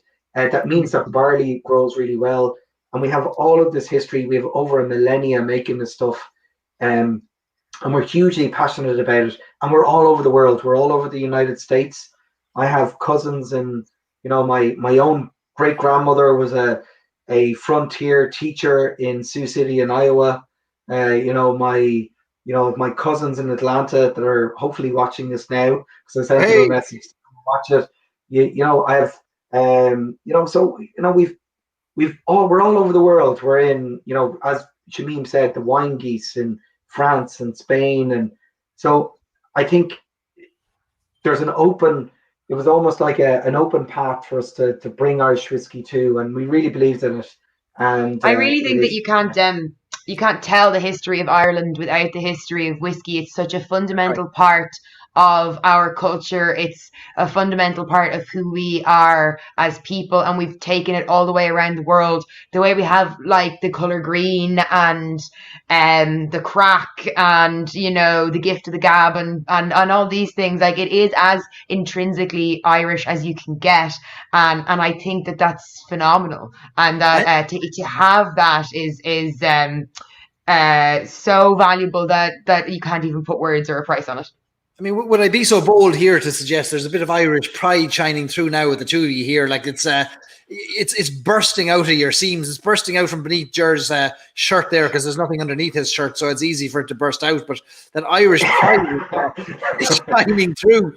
But yeah. When I lived in New York, passionate they used to about say I was so Irish it hurts. what's that phrase about visionary? Visionaries are men and women who plant acorns to grow trees that they'll never sit in the shade of. And isn't that something that we can look at Brendan Monks and the distillers of old, and Barry Totally. Crockett, who convinced the powers that be to keep making pot still whiskey when it wasn't fashionable or in any way economical to do so. Yeah, And we have true. the whiskey here because of them. Amazing. Yeah, and people like unsung heroes like Dave Quinn, who's a very dignified, man, doesn't put himself out there, that often. And these people are, in my mind, I think they're geniuses, and I don't mind saying that. The more I get to know them, they think they're very ordinary and ordinary people, but then you see the things they achieve, and then the generation coming below them. The way they find the successors in Midleton is really interesting. And when I think of people like Karen Cotter, or Larissa Marici in the micro distillery, and you think of people like Carol Quinn, these people that have really that are going to, Carol's in the now, but she's helping us understand our past so that we can really get to the future in a consistent way, but that we do the right thing, that we don't try to make a quick buck. Whiskey's a long-term thing. Barry Crockett said to me, it takes it doesn't take years, it doesn't take even it takes decades to really affect change. And that's the thing, we've really got to invest in the people that are coming below, and people who leave what we call the company. It sounds like a cult, doesn't it? The company, they still all very much have huge passion and pride working there. Even when they're working for competitor companies, they'll tell you that they're God, I really miss this or that, or I still drink this, and it's because I think it's just the integrity, the quality of the products, and the people that really make it down in Irish distillers. It's not just Midleton, you Fox and Geese, you have just the people all over the world that are promoting Jameson and all that sort of stuff. I think what's great as well is that you listen to the consumer without compromising your vision. Like, and I think that is like very clear when it comes to Irish, and actually like a lot of distilleries in Ireland, where they will listen to what the market wants, but find a way to stick to what they do and what their vision is, with also meeting the demands of the consumer. And like you can see that with the cask strength here in the Blue Spot, there was a massive outcry, cask strength crusade, all over, but that it actually fit quite well with the ideas and the rejuvenation and what have you of Blue Spot. And I just think that that's quite admirable. Now, obviously, I'm not in the room with distillers or blenders or anything like that, but from a business to consumer point of view, where I'm the person who's like consulting and I'm talking about like the best whiskey for you and the best whiskey for your intended recipient and that sort of thing, it's much easier for me to sell a whiskey that has integrity than it is for me to sell a gimmick, because the consumer in Ireland is quite educated. The internet works, you know. We don't have a Vivino for whiskey, but we may as well have, because we have Twitter, you know. And I just think that when it comes to Irish distillers, they do it quite well. Not that like a lot of other distilleries do as well, but I just think I really appreciate the ability to be a little bit malleable, but still with a vision and a direction. Well, what you're saying indirectly, and you've not hit the nail on the head in my mind yet, and you've danced around it, is all these qualities: trust and the integrity and listening to the consumer and kindness and good people. You're really describing people from Cork there. Let's be honest. Isn't Midleton staffed with Corkonians who've been there for a generation or two? Well, I'm partial to an odd Cork person myself, as a lot of my friends will tell you. But placing a Cork person at the helm of a distillery, and we've a Cork man, the master distiller, and now we don't have a Cork master blender. But aren't you in safe hands? We're a bit of a Dublin family now in Mitchell and Son. We've been in Dublin for more than 200 years. It's two here, I suppose. My family are 5 generations in Dublin as well, so like, sorry. you're pure Dub, Ger. My namesake Ger Garland lived on Bow Street in the early 20th century, and there was actually 5 Garland families on Bow Street. Unfortunately, a lot of them ended up in the Tough and Blues in France and Gallipoli and all of these places as cannon fodder in the First World War.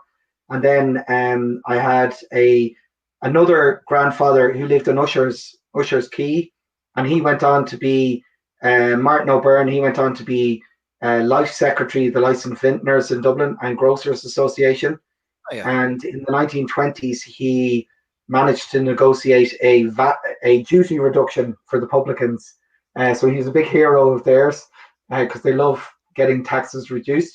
So he went over to London and lobbied them in the early 20s.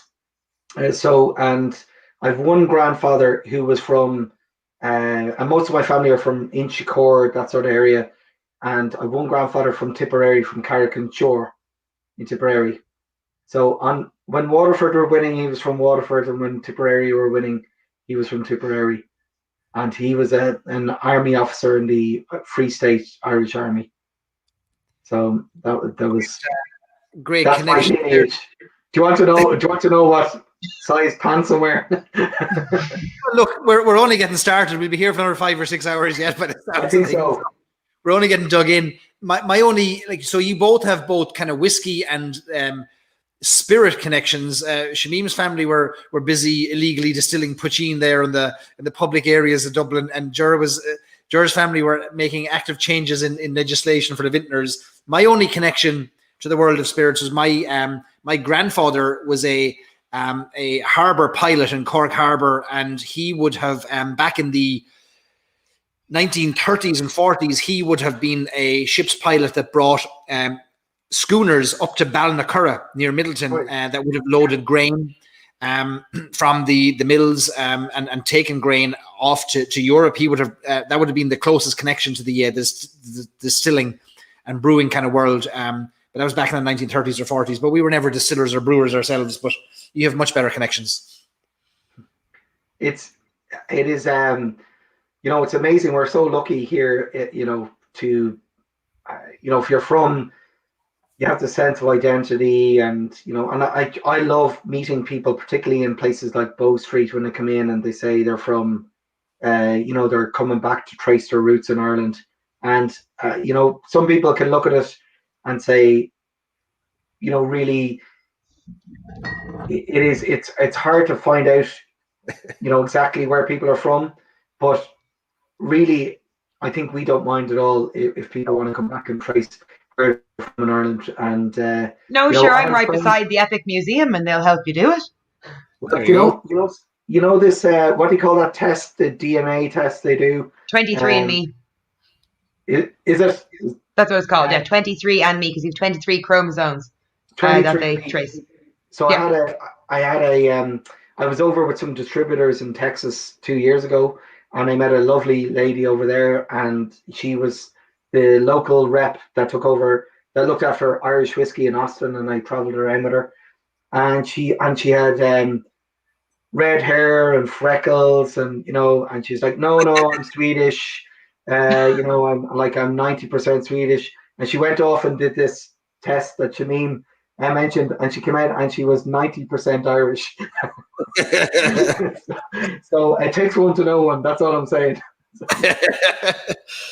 So Yeah, if you get my family going on about it, sure, they could talk the ear off you. When I was living in New York, I trekked all the way across to go see Frank Morgan's grave in Brooklyn, because Frank Morgan played the original wizard in The Wizard of Oz. My granny's maiden name is Morgan, and the family legend was that we were related to him.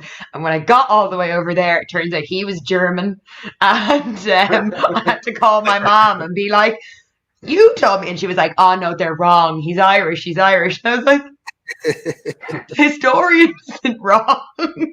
But okay, pinch of salt, we'll just take that one. I think your fire is the hero of tonight, Barry. Everyone seems very interested in it. Everyone's obsessed with this fire. Honestly, we started the lock-in down in Skibbereen 3 weeks ago with a real fire, and I think people couldn't give two hoots about the whiskey at this stage. They just tune in for the fire, and they Fire want watch. to the night, whether it's growing or dying. But we leave them at it. Okay, so what does Connor says? The red spot is exceptional. I'm sure the hosts will enjoy it whenever they catch up with the rest of us. We're having too much. Are you ready for it? Ian's got her bottle there. Ger's got a bottle. I've got a small bottle. Red spot is next. Shamim, this came out just, I think it was 2 years to the day. Red spot was released in the old cellars underneath. My first Christmas at Mitchell & Son. Tell us about the reintroduction of Red Spot, Shamim. So it was a panic and a nightmare, my end, because I was new, I was baby staff, I had just gone full time for Christmas, thinking I was like, I'm getting in there now. They're never getting rid of me. And they had a single cask launch and the Red Spot launch at the same time, and honestly, the numbers were like completely double, triple what we were expecting. We were just massively unprepared for it.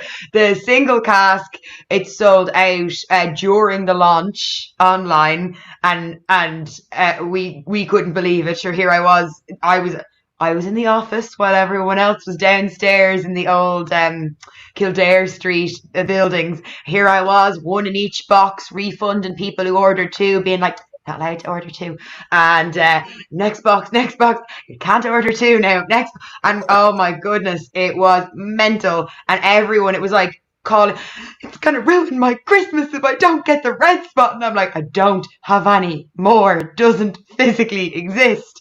Of course I got two because I had anticipated that I was going to want one, and I had it open at the 40 foot on Christmas Day. We got out of the sea, everyone drinking Red Spot. So yeah, it was like a wonderful part of history to be a part of, but it was messy and chaotic, and I'm very much glad I know what I'm doing this time round. You've perfected the launch now, and that's why people are getting their blue spots within hours of ordering it. Ger, tell us, what is Red Spot 15-year-old? What are we drinking here? It's basically, again, you have the same type of pots of whiskey common across the range, aged in the ex-bourbon barrels, as we talked about, and also ex-sherry, but there's a larger proportion of Marsala casks that have been then the sherry in it. So again, the fortified wine that I suppose is called out is the largest proportion of contribution to the whiskey. Again, it's an age statement whiskey, so the whiskey itself says 15 years of age on the bottle. That means the youngest age of the whiskey. But if you think about it, the Marsala component was around 19 years of age. And that's why, Shamim, so sorry about it, there was so little of it relative to what we expected, because there was an expectation that there was going to be more of it ready around the launch, and it just hadn't got there yet. You know, whiskey takes time, 19 years to kind of get going. So it takes time, and it's ready when it's ready. And essentially, it meant that there was a lot less than we first expected. And then when the next batch came out, there was even less again. So, but that's the thing about whiskey. It's rare. You know, what were you doing 19 years ago, Barry? I'm sure. Eating chalk, I'd say, 19 years ago. I was 2. You were 2, and casks were being filled for the red spot. So, like, you know, when you think about it that way, it's a long time ago, and you've really just got to, you know, there's whiskey in here up to 21 years of age, you know, so it's quite a broad age range. So that's all I'm saying is the reason why we don't have a lot of it either. So there is rarity to it. So combined with that, the age, you know, the rarity of it, that's why you've got, I suppose, such a special whiskey and red spot. I mean, I'm mad for a red spot personally, but I'm biased because I always like a little bit more red in my life. But I like to say that it tastes like sunshine because the Marsala casks are actually left outside in the sun in Sicily, you know, surrounded by volcanoes and shit, and they just absorb all this heat and all this energy from the sun into the wood, which also then in turn expands the wood. It absorbs more of the fortified wine, and I think the spiciness is really clear in that. But I think you get it from the sun, so I say it tastes like sunshine. Yeah, and there's only two commercially viable Marsala houses left, and this is from one called Villa Florio. So that's the one that we partnered with this, and we sourced the cask for them, and they just didn't. We tried to source them locally in Sicily, but they just weren't up to our standards. So we sourced the casks for them, and then they were seasoned there for, you know, about 2 to 3 years. But you know, as Shamim said, there is this big influence of the heat on the Marsala, and when you taste the Marsala, I get this massive kind of like jammy apricot, you know, type note to it. It's very different than the Madeira, totally different than Oloroso Cherry. And I've never been to Sicily. Like, I've been to Portugal, I've been to Jerez, I've been to what's the name? God, the island. Madeira, of course. But Sicily, I've never been to, and it's one place I would absolutely love to go to, and certainly just to experience it culturally, etc. And in the height of lockdown, I was shopping for a new life because I was real bored, and I found these €1 houses that you can buy, Ger, in Sicily. You go move over there for €1, do up a gaff, but we can't hang around, have some Marsala, make some whiskey. Plan. We could create a Stories and Sips house in the town of Marsala. If there's a €1 house in Marsala up there in the northwest of Sicily, let's get ourselves a house there, and we'll do our lock-ins from there every week. And then sure, we're in Marsala season. People do come in every week and be like, "Have you got Marsala?" Because they do use it for the Christmas cakes and whatnot. And we have one in store that we get from Pellegrino, and it does fly out in this season because it's Christmas cake making season. And I think with the Marsala, you get that touch of spiciness to it. And people think like a lot of fortified wines are all the same, but I think when you really get into it, and as these whiskies even exemplify how different fortified wines can be, even if they're kind of all lumped together. So are you selling Marsala in Mitchell & Son? Because I've only ever had, Marsala to me was when I was a waiter working in restaurants, I was taught about Marsala, chicken Marsala, and Marsala was a cooking that was a cooking wine. You never drank Marsala, you just cooked in it. We do have it. Actually, Jerry used it at Whiskey Live last year for his spot whiskey masterclass. So yeah, if you want, it's on the Mitchell & Son website. Get it to go with your new entire spot collection. Delivered to your door. Barry, the amazing thing about Mitchell's is they are agents for some of the most well-known brands, well-known houses. You can imagine, like, Bodegas Listau, they are the agents for Bodegas Listau in Ireland. They're the agents for, Leoville Barton, the wine, And Riedel glassware. yeah, and read out glassware. But these relationships, particularly like you think about Leoville Barton, it's over 100 years old. That Yes. relationship. It's not like they just went and said, "Hey, can we start selling your wine in Ireland? I heard it's really good." They literally going back a century, generations. That's the So wonderful thing about this. We got the new vintages in this week for Christmas as well. If you're after, 2016 is the best vintage in Bordeaux since 1982, according to Janice Robinson. So I'd be investing in that if I had the money. We need Shamim's commission link here, her affiliate link, so she can make I her. would love commission. Somebody give me commission, please. Listen, isn't that the wonderful thing about Irish whiskey? Is this, you talked at the start, Ger, when we first went live about coming together and community, and we've all met each other through Irish whiskey. But I'm fascinated by these stories of the towns of Marsala, and then you got Malaga, in Cadiz and Jerez, and this wonderful collaboration, not between just people, but countries and regions and distilleries. And Billy, who's here, I think, watching. Billy, you remember shared with me, and when we were in Boston last year, your favorite of the Redbreast lineup is Redbreast Listau, because of those wonderful relationships that have been built up with the Bodegas Listau. To me, that's what all this is about. Take away the whiskey, take away the wines. These friendships and kind of relationships we've built up over generations are just irreplaceable, aren't they? Oh, totally. And, certainly I almost thought is that question directed at Billy, but I'm sure he's answering it right now. But basically, with Bodegas Listau, was a gentleman called Manuel Lozano, who was fortified winemaker 7 times in the decade previous to 2016. When unfortunately he passed away just before the launch of Redbreast Listau.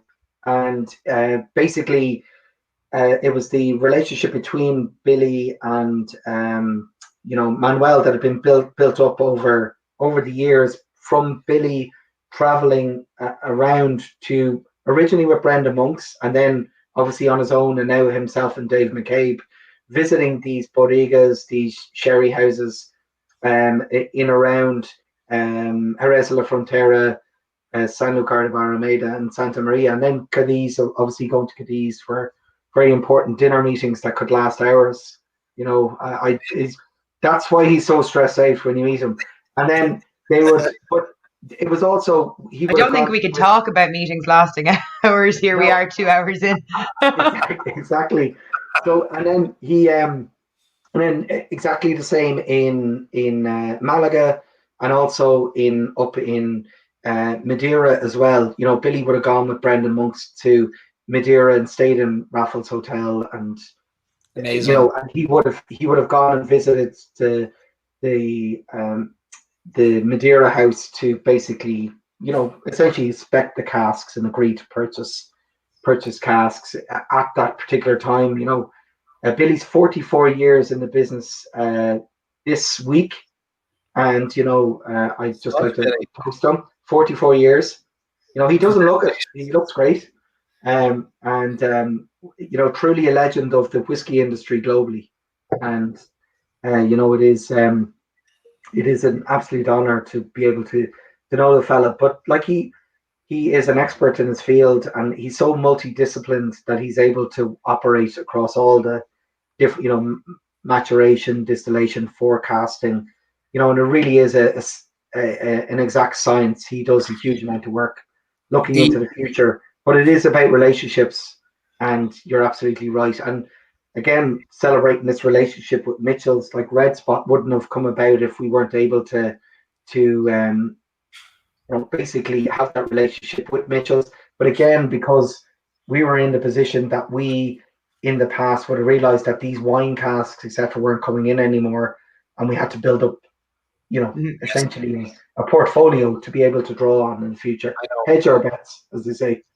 The amount of people that have shared with me that they have run into Billy at trade shows, at Whiskey Live, at the distillery, where Billy, we're going to blow a little bit of smoke here, but it's because it's true. The amount of people who've shared with me how, Billy, you have stopped and given your time when your time is precious, but you have given much more time than people expected to explain whiskies, to help people get an understanding, to share stories, to answer questions. I've heard that from so many people from different countries who've run into you, and what a gift that is to all of us in the whiskey industry, that people like you, Billy, and Barry Crockett and others who have just been so kind and at the highest level of their game, yet are still so accessible and kind and generous. It's what makes this Irish whiskey world so unique, for my money anyway. So raise a glass to you, Billy, for your 44 years. And it's a 44 years built on kindness and generosity of time. Slàinte.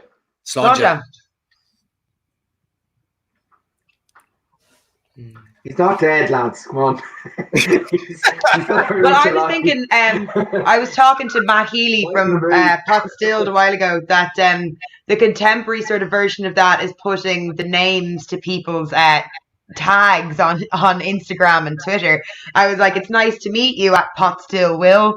You're Irish Whiskey Dave, like I think I find that really, really interesting at Whiskey Live, particularly, to be like, oh, this is the online community that I have been engaging with for like however many years, in reality, in person, and I think it's a very heartening thing to meet these people that you're sending gifts to because you think you're gas in your room drinking your whiskey and being like, high five. I remember that pun. That was great. I know. Well, I know exactly what you're talking about. It's that transition from the digital sphere into reality. And Barry and myself had that relationship. We had lengthy correspondence over Facebook Messenger about various bits and pieces. And then all of a sudden I met him and it was like, oh, how are you? And you feel really fit. You have this really familiar, you already know each other, but you've never actually met each other in person. Yeah. I realized I'd never seen a man wear more turtlenecks than Barry in my life. That was my first impression. It's a thing. But it's a very trendy thing too. It's very trendy. Created the trend, but no matter. I think the French would argue you on that one. What was the man with the milk tray? Who was a milk tray? Who used to break into women's bedrooms and leave a box of chocolates in there. It wouldn't pass today. But what was that? The man it wouldn't. You get tasered now. There was a fella in a turtleneck back in the day, but no, Ger. Yeah, where was it that I met you, Ger, for the first time? It was in the Palace Bar at the launch of the Palace Bar Redbreast, I think. That's right. And just to point out, I have a Palace Bar glass here. Look at you. I've liberated all these glasses from these various pubs. I'm not sure. Like, how many glasses do you have, Ger? Quite a lot of glasses. Quite a lot of whiskey as well. Rick says he's only got the one turtleneck. That's the thing. I used to have two turtlenecks, believe it or not. And then Mrs. Stories and Sips, one day I was sitting and I was working away at the computer, and she came into the room and she looked like somebody had died. And then she held up this tiny little piece of material and she said, "I'm sorry, I put your turtleneck into a boil wash." And it wouldn't have fit a Barbie doll the size of it. And she was more devastated than I was, but I had a different... Oh my God, it must have been cashmere. Was it cashmere? It was cashmere. It was, yeah. Oh, Mochree. Oh my God, my heart. Oh, I feel bad for her. She's asleep, so she won't hear the story, but she's devastated every time she thinks of it. God love her. If that's the worst that ever happens, we're grand. Like, I have 3 white turtlenecks because I love a white turtleneck under like a statement coat. But I'm also a devil for spilling coffee on myself when I'm wrecked. So I have to keep a spare one in the handbag. Probably shouldn't admit that. I've had too much whiskey. At least I'm not singing, so... Oh yeah, the singing. Listen, where did that come from? Like, it was just like, Shamim, you better dress sparkly and get singing. And I was like, singing. Or you could research. We know what a lock-in really is, and I have it on good information that, as Ger held up there a Dick Mack's glass, there was a time when Ger Garland stood on the bar in Dick Mack's and sang a rousing rendition of Raglan Road. I'm well informed, and he remembers it. I'm not going to play the video. But he remembers There's a video. Okay, there is a video. Can I just point out, I don't remember it. That's important. You don't remember it. But you remember the aftermath, do you? I believe there are licensing laws in this country, and the clock may have been wrong in Dick Max by at least 4 hours. That's what I'm saying. Nice. I believe it. I don't know where the singing started. I think we brought on a musician one night on the lock-in a few months ago. I think it was for a Kilbeggan lock-in, and we brought on a musician. And from then on, we thought, geez, a bit of music and a few songs on the lock-in would be appropriate. And whether we'd bring in a musician or I'd warble a few verses of the Owl Triangle at the end of the night, it kind of stuck. And now there seems to be 4 consistent things on a lock-in: a fire, a turtleneck, whiskey, and a song. And it seems like we can't get off unscathed without all 4 of those every week. What are you singing for us, Barry? Oh, look, listen, Omar Fitzel is still up at almost 2 o'clock in the morning. That's damn good, is saying, sing, Ger, or he'll share the video. Sing, man. I don't think you want to hear my singing. I don't know. I feel like Ger's not drunk enough to be singing yet. Yes, I think I agree with that. I'm opening the floor. If you have an interest in singing, the floor is open. If you don't, I appreciate it and I respect your reticence, but just know that the floor is there for you. I think you're adoring public, Ger. I really, really want to hear you sing.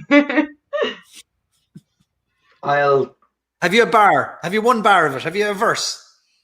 Of Raglan Road? Yeah, Raglan Road. I don't know if I even know the lyrics. Yeah, you do. George Murphy made it famous for you. We'll put up the lyrics if you want. George Murphy.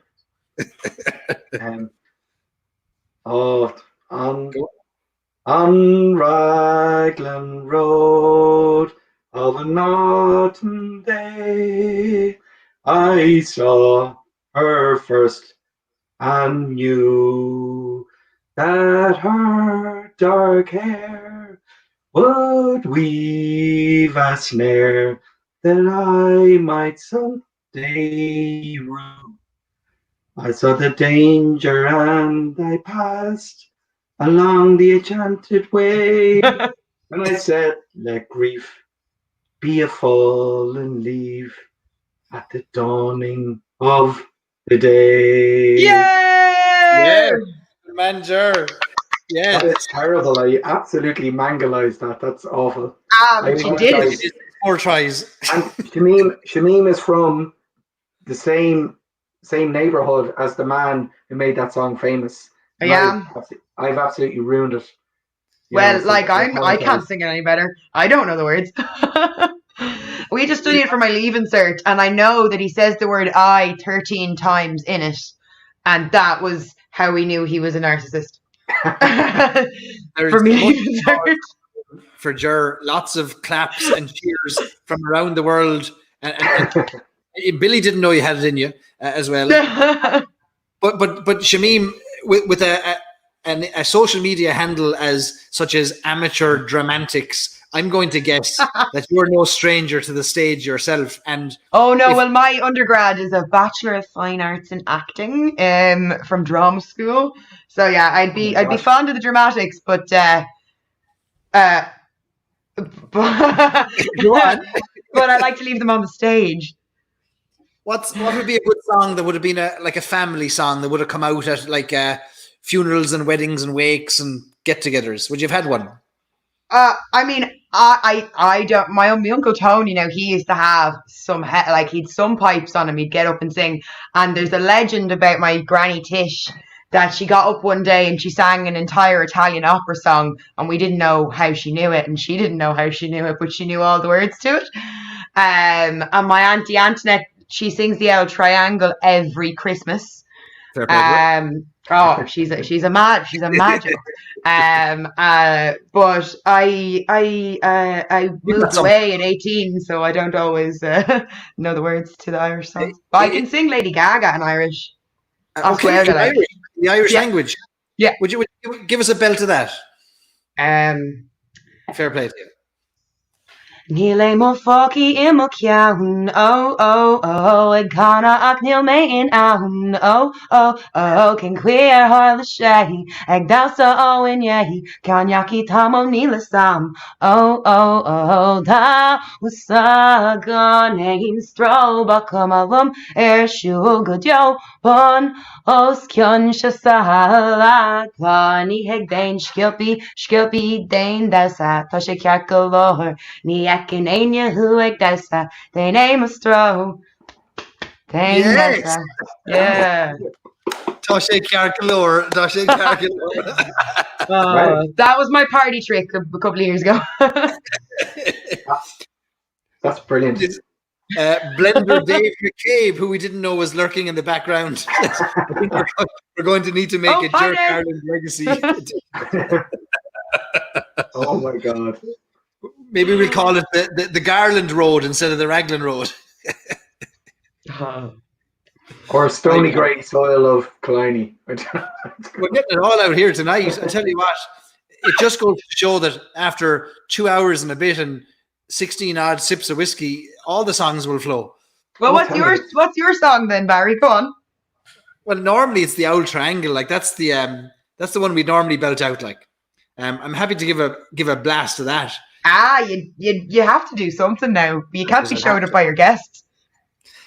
I mean, it wouldn't be a traditional Cork song now, but it would be a Dublin song, and maybe it'd be maybe an homage to yourselves, the old dubs. But of course, a great Brendan Behan written tune and made famous by the Dubliners, and more contemporaneously by Glenn Hansard around the world, ending his concerts with the Owl Triangle. But there isn't a tasting or an event that I've been part of that I haven't rallied the troops in a bit of the Owl Triangle. So I'm happy to give an old verse of the Owl Triangle.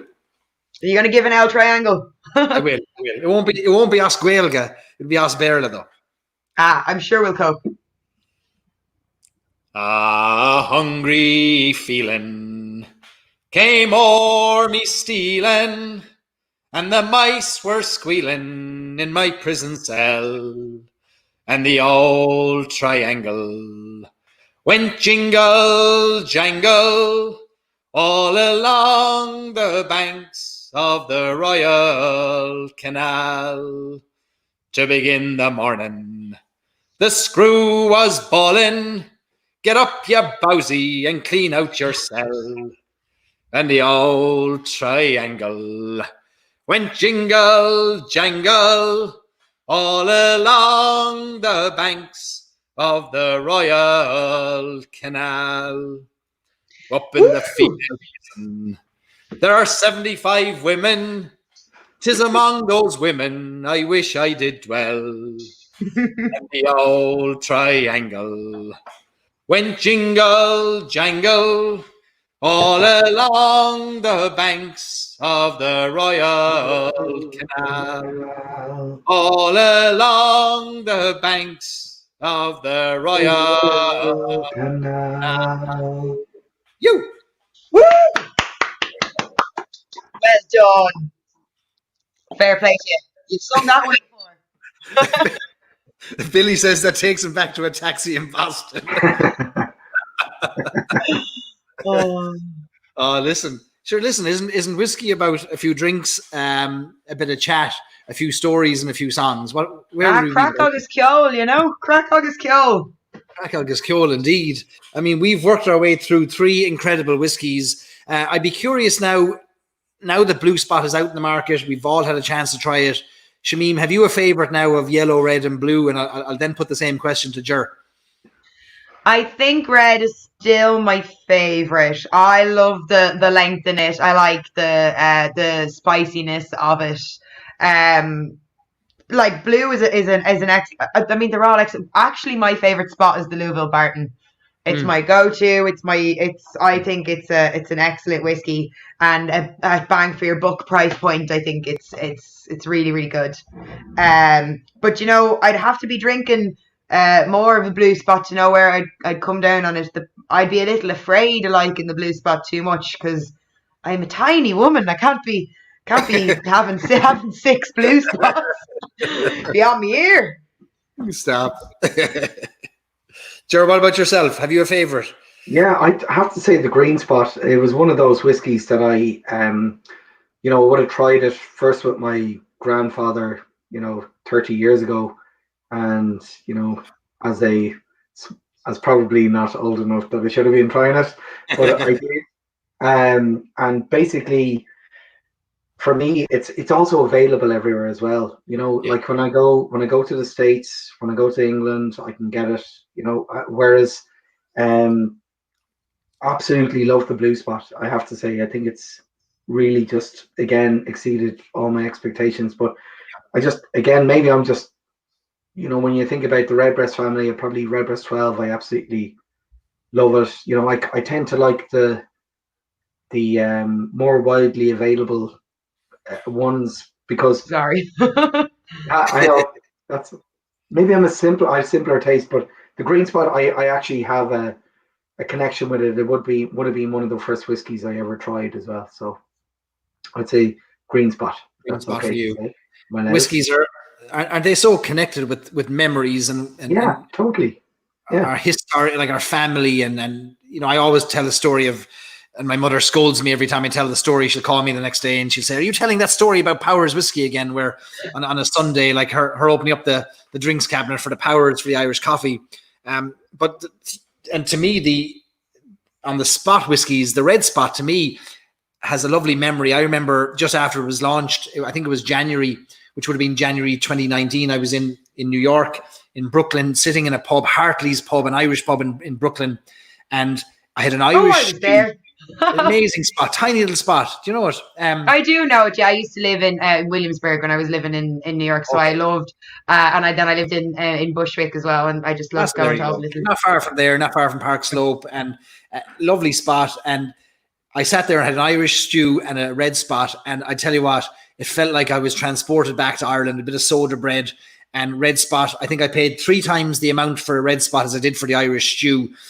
But it was just this wonderful memory and just moment of I'm in Ireland now. And so to me, of this whole range, while Blue Spot is a fantastic whiskey, I have this emotional connection to Red Spot at the moment. I read a thing about actually sense memory is really, really important, but actually your sense of smell is so hardwired to your memory. People say it can be very triggering. People talk about cut grass, but like I think I read an article a while back about how learning to technically taste like changes your brain and it rewires it. So they were doing these like neurological scans on sommeliers and stuff. Me fascinated with this sort of thing, but basically it actually makes your ability to form memories stronger and your ability to recall them faster because you're linking it with a physical sense, your sense of smell and your sense of taste. And I find that just so fascinating that actually something that really bonds us as a community is our shared memory together and all these events, and we're quite like in the moment and in the place. And because we study these things, we actually form these really important memories that then like serve us for our whole lives. And I just think that is beautiful and fascinating. Yeah, lovely, isn't it? It is. Yeah. You ever walk past somebody, male or female, doesn't matter, and you get their perfume, or your ex-boyfriend's perfume, and you're like, oh fuck, right? Aren't you instantly transported back? And it's this deja vu moment where if you're with somebody else, you better get your act together fairly quickly. No more CK1, thank you. Oh my God. Ger, what are you pouring another drop of there? Are you on the Red Spot still? Green, back to the green. The Louisville Barton. Yeah. After Shamim mentioned it, I was like, oh God. It's Kieran's favourite as well. My friend Kieran, who works in the Bow Street Distillery, him and I, we drink one every Pride. Be a big thing for us now, the Louisville Barton. It's a stunning whiskey, isn't it? Just beautiful. That wine richness of that contribution from the wine is just, and even the color of the whiskey changes with that wine contribution, doesn't it? So there's a pink hue to it. There is, and it's almost like a halo around it. Like it just carries so much. I thought you were going to break into Beyonce there for a second. Beyonce, halo. See your halo. What's halo off Gaeilge? Is there a halo? Oh, I have no idea what halo is off Gaeilge. I was working in Fate Street Social once, and I was serving Dara O'Brien. And I knew he spoke Irish, so I was speaking to him in Irish. And at the end of his meal, he had a rabbit stew. He was like, "I'm sorry, I've forgotten the word for toothpick in Irish." I was like, Like, I know what the word for toothpick is in Irish, but here you go. Fiacla pick. Shamim, you've got this obvious interest and a passion for wine, and now you've got this merging of wine and whiskey. There's a great story that is an American story, an American-Irish story with the Chateau Montelena, and Chateau Montelena has a remarkable story, doesn't it? Back to that famous the famous competition, the tasting in Paris in 1969. Yeah, so our audience. So the big story about this is that they were hosting a tasting for all of the big wig, fancy ass, French wine reviewers and sommeliers, and they put 2 American wines in with the top Burgundies and the top Pinot Noirs in this absolute blind tasting, and Chateau Montelena won. It won hands down. It won by a margin, right? And people were shook. Paris's notions fell apart, and it was the front page of the New York Times. Like, and back in the 60s, with the way they wrote is they'd write a piece as long as they wanted, and the editor would just cut it to fit. So you always had to make sure the most important stuff was at the top, and the stuff you cared least about was at the end, right? And what happened was they didn't cut a word, they didn't change a word. It was just like the first American Chardonnay to ever beat anything, and it was the first time that people ever started to take American wine seriously. And actually, I was talking to Jonathan Mitchell recently, and he said that in Chateau Montelena, out front, there's a sign that says no parking unless you're Irish, and it's been there 20 years. It's so true. I was there in 2011 and basically went up to take a picture of the sign you're talking about. It said parking for Irish only. You know these signs you can buy them online. You know, it says parking Irish only. And basically, I was kneeling down, to just get the angle, and this guy came up, big tall guy behind me, goes, "Hey, what you doing?" And I said, "Oh, I'm taking a picture. I'm Irish." And he goes, "Yeah, so am I. I'm Bo." And it was Bo Barrett, and he did not give me a free tour. So, but I met him there just totally by chance. But there is a movie about the Grand Prix du Chardonnay called Bottle Shock. Right. So it's quite a funny movie. There's an excellent movie about wine fraud as well, we should all watch, called Sour Grapes, and it's about this guy who pulls the wool over all the big sommeliers' eyes in New York, and it's brilliant. But the Chateau Montelena, this big win is credited with creating the Napa Valley wine trade. And the fact because the world had to sit up and take notice, because this was picked as the best wine by all the biggest, most important critics in the world, and it was picked blind. And there was outrage. Absolutely, all the critics were like, "No, I couldn't have picked an American wine. It messes with my sense of self and my sense of Frenchness." But you did pick it. They did pick it. It was marked. It was scored. It was done in real time. It was blind. And like, blind tasting is really important, because so many studies have shown that we go into things with preconceived notions based on the label, based on how expensive we're told it is, how much we know about it. The more you know about it, sometimes even the more impacted you are by the bottle. So blind tasting is fundamentally important for fairness in this industry, and it proved that. It actually proved that. Was it Irish owned at the time? Was it in, or was that afterwards? So I don't know the history of the ownership of Montelena now, I have to say. Sorry. So Montelena, like so many vineyards, it was a German guy who originally planted the vines. And the reason Montelena is so interesting is that they've different sedimental soil types, so they're able to grow different varietals that really suit those soil types. And Napa's really, I suppose, California wine is known for Zinfandel, is the kind of the grape varietal that they. And a lot of people don't know that Zinfandel is actually Sangiovese, but under a different name. And Sangiovese is the one that's in Chianti. It's the German name. So German guy, they call it Zinfandel. A lot of German settlers, and essentially, Bo Barrett's grandfather was from Waterford. Left Waterford around 1919.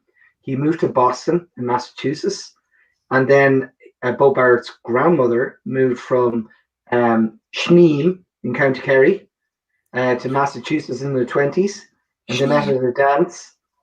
They met at a dance, and then they had a son, and working class Irish American immigrant family, and the son went on to go to Harvard Law School. He moved to San Francisco to work in I think it's the insurance industry in San Francisco. Correct me if I'm wrong, but he was a lawyer anyway. He made a lot of money, and he had a midlife crisis, packed up his family in San Francisco, drove about an hour and a half across the Golden Gate Bridge to Napa Valley, decided he was going to buy a vineyard, bought this agricultural producing vineyard that had aspirations at one time called Shadow Montelena, and he started trying to produce world-class beating wine there. And there was a bit of a movement there, but there was a lacking in confidence, believing that they were going to do this. And essentially the story that Shamim told really well is captured in that movie Bottle Shock, and the two, and then Kevin reached out.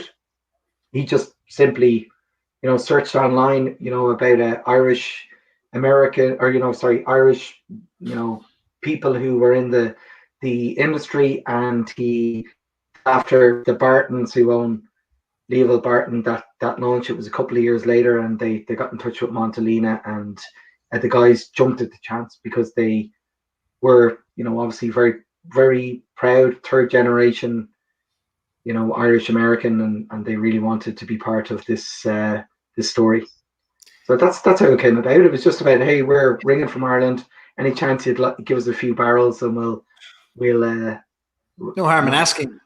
And if you've just joined, welcome to Ancestry.com, where we're tracing the roots of all Irish going back 400 years who have founded distilleries and wineries around the world. So all 40 million of you in the United States, and the other 80 million that want to be Irish American.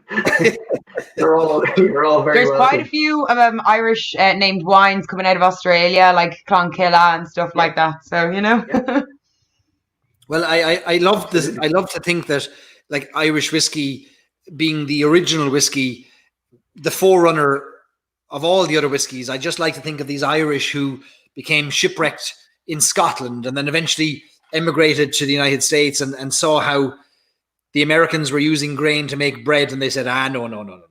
You take that grain and you make something a lot more long-lasting. First, we'll make a little bit of beer, and then eventually we'll make some spirit out of it. But it's a wonderful story of how the Irish have taken that.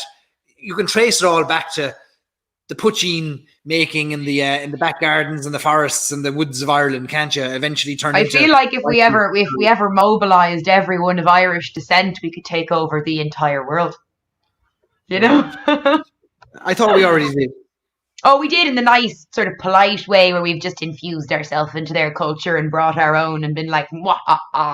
What does Tommy Tiernan say? We the Irish never invaded the world. We infested. And, yes. And two like people would go into a house and 47 would dance out the door a half hour later. Well, I do have 64 cousins, so that's true. Oh, wow. Yeah, first cousins by birth. Caroline Brannigan, our good friend in Ohio, telling us that Bottle Shock is included with Amazon Prime for those of you that have it. That's tomorrow's viewing. Who knew? Very good. I have it until Brexit, and they'll probably cut it off then. I actually have an essay to read tomorrow on how Brexit will affect Bordeaux's wine industry. Haven't the Irish been very lucky, though, with the tariffs, and especially on the United States side, that the tariffs were applied to single malt and not to blended whiskies or pot still whiskies? The Irish have gotten off. I think some of the Irish have gotten off quite well, but a lot of whiskey coming out of Cooley would be quite malt oriented. So like Irish distillers and people who have been more pot still and grain and blend are in grand, which is a massive section of the industry. But we would be remiss if we didn't actually see how much of a double distilled malt there actually is in Irish whiskey as well. There is. Jeez, we can't end it. Did I kill the buzz? I got very negative more whiskey and I'll shut up. Sorry. I love WTO tariffs. They're one of my, I love sitting down, reading through them. thinking about, look, again, it's about relationships. That's ultimately it. It's just people on the hill that are incredibly, Irish.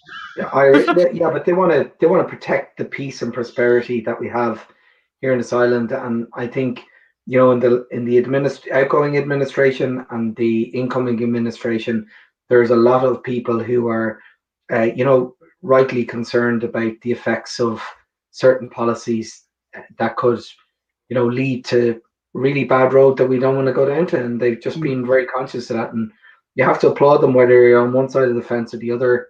They were doing it for the right reasons, that they didn't apply those tariffs. And look, essentially, you're looking at weapons that were used, or armaments that were used against a tariff regime that was imposed about a subsidization of the aircraft's, production.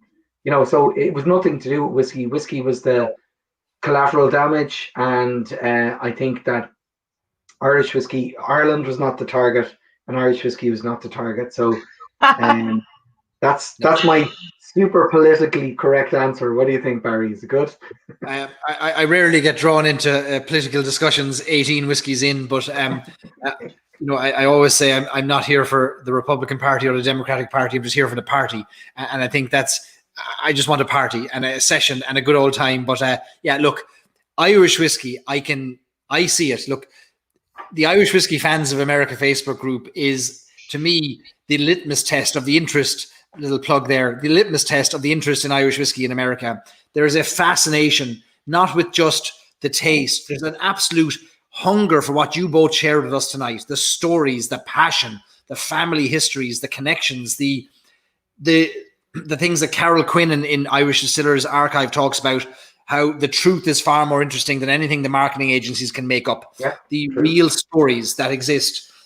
That is the thing that we should be wearing on our sleeves everywhere we go. And I trawl Twitter far more hours than I should on a daily basis, and Facebook, and I watch Irish whiskey brands talking about things matured in the finest of oak casks and made from the finest barley. And all I want to say is, no one's making whiskey from the worst barley or from the worst casks, but tell me, who are the people behind this? Help me understand the stories, the struggles, I'd love to see more of these things that we surfaced tonight. And even with it, look, I applaud Irish Distillers for bringing out the people and sending Billy around the world and Ger Buckley around the world to help people connect with the real people and passion behind Irish whiskey. So look, tariffs or not, people connect with people. So the more we can find the interesting people to build relationships with, as Irish whiskey has been built on for generations, I think the more Irish whiskey is going to grow. As simple as that. Yeah, I think you're right there. We always joke with the staff in Mitchell's is what's this whiskey the first one to do? Because on every bio it's like the first whiskey distilled here, the first. It's like everyone loves that descriptor, the word first, but it's starting to mean very little because it's kind of used everywhere in such a more minute way. Whereas if you have a chap come on and he's just like, right, so this was me and this is what we did, and you'd watch him talk about it for a good hour and you're like interested, right? So there's still some people watching me wax lyrical after 2.5 hours for no discernible reason, and I just think that people and their truth is more interesting than trying to be the first or trying to be the most 100%. unique or trying too hard, because like all of the live, laugh, love pillows say, like, you are enough, Look, love for Ireland, Irish whiskey is enough. We don't need to be the first at everything or this or that. We just need to do what we do and do it well, and we will do it well because it's in our blood, Well, brand Ireland wasn't built on the back of marketing agencies, was it? It was built on the back of people. In the pub, having a crack. The bit of crack, like the people. How many people come back from Ireland, back to America and say, geez, the people were great. It was the people I met. So look, that's all we want. Look, Shamim, in honor of you joining us tonight and gracing us with your presence and your Oscuelga Lady Gaga, I'm drinking some. I'm never going to live that one down. From the day you were born, I'm pouring a drop of this, and I raise it up to thank you for your presence here tonight, and to Ger as well. Ger, I don't have a whiskey from the day you were born, but Ger, your glass is empty. I drank it. Yeah, top that up.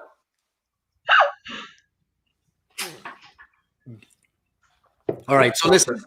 Yeah, we're 2 hours and 35 minutes in. We never expect. Oh my God, this Green Spot 26 is unreal. Sorry, it's it's a ridiculously good whiskey. Marsala cask as well, so it's got the old hat tip there to the red spot. But isn't it incredible? We're 2.5 hours in. You've given us more time than we asked. I'm not going anywhere. You're welcome to stay as long as you want. But I always, at some point, say, listen, if somebody walks off stage left from their camera, I know they've just gone to bed and they've just said enough of this. But there's great comments coming in, great questions. People are loving the crack. Rick says he's been watching for 2.5 hours. He's not tuning out. If anybody's got any last questions for Shamim and Ger, stick them in the comments there. We've got a good smattering of people still with us. But I want to thank you both for this is a great crack. Honestly, this is a tonic to me to connect with you both, and such a passion. Like it's contagious. It's infectious. Back to the COVID reference. It's infectious in the best way. Just hearing your love for Ireland and Irish whiskey and wine, and just it would turn a man to drink. Honestly. Well, that's the sales end of it, I suppose. But I should go to bed soon because I have to get up and do my little logistics for an hour in the morning so that everyone can get their blue spot on Monday. So I'm in the office from 9 till 11 tomorrow. Fun. Peter loves it. Fantastic lock-in. JJ trying to get some free redbreast bird feeders, the chancer. JJ's up there in Canada. He's not getting any bird feeders. Sorry, JJ. Let me see. Richard wants to know if he pops into Mitchell's and Sons and asks for Shamim, will he get the Stories and Sips family discount? There's a 10% Epic discount. Here we go. Mostly on wines and but not really spirits. I can't okay a discount on spirits, actually. Sorry. I don't have seniority. No problem. Pay full whack for your whiskies and keep these fine folks in their jobs, please. Don't be Sometimes we have something fun under the counter, though, if you ask. Brian wants his blue spot sent before all others. Shamim, you have it. You have the instruction. Don't let him down. Actually, as I was saying to half the guards in Store Street Garda Station who all came over to get their blue spot, if I have no respect for the rules and they first come, first serve, then it's only my friends who are ever going to get blue spot.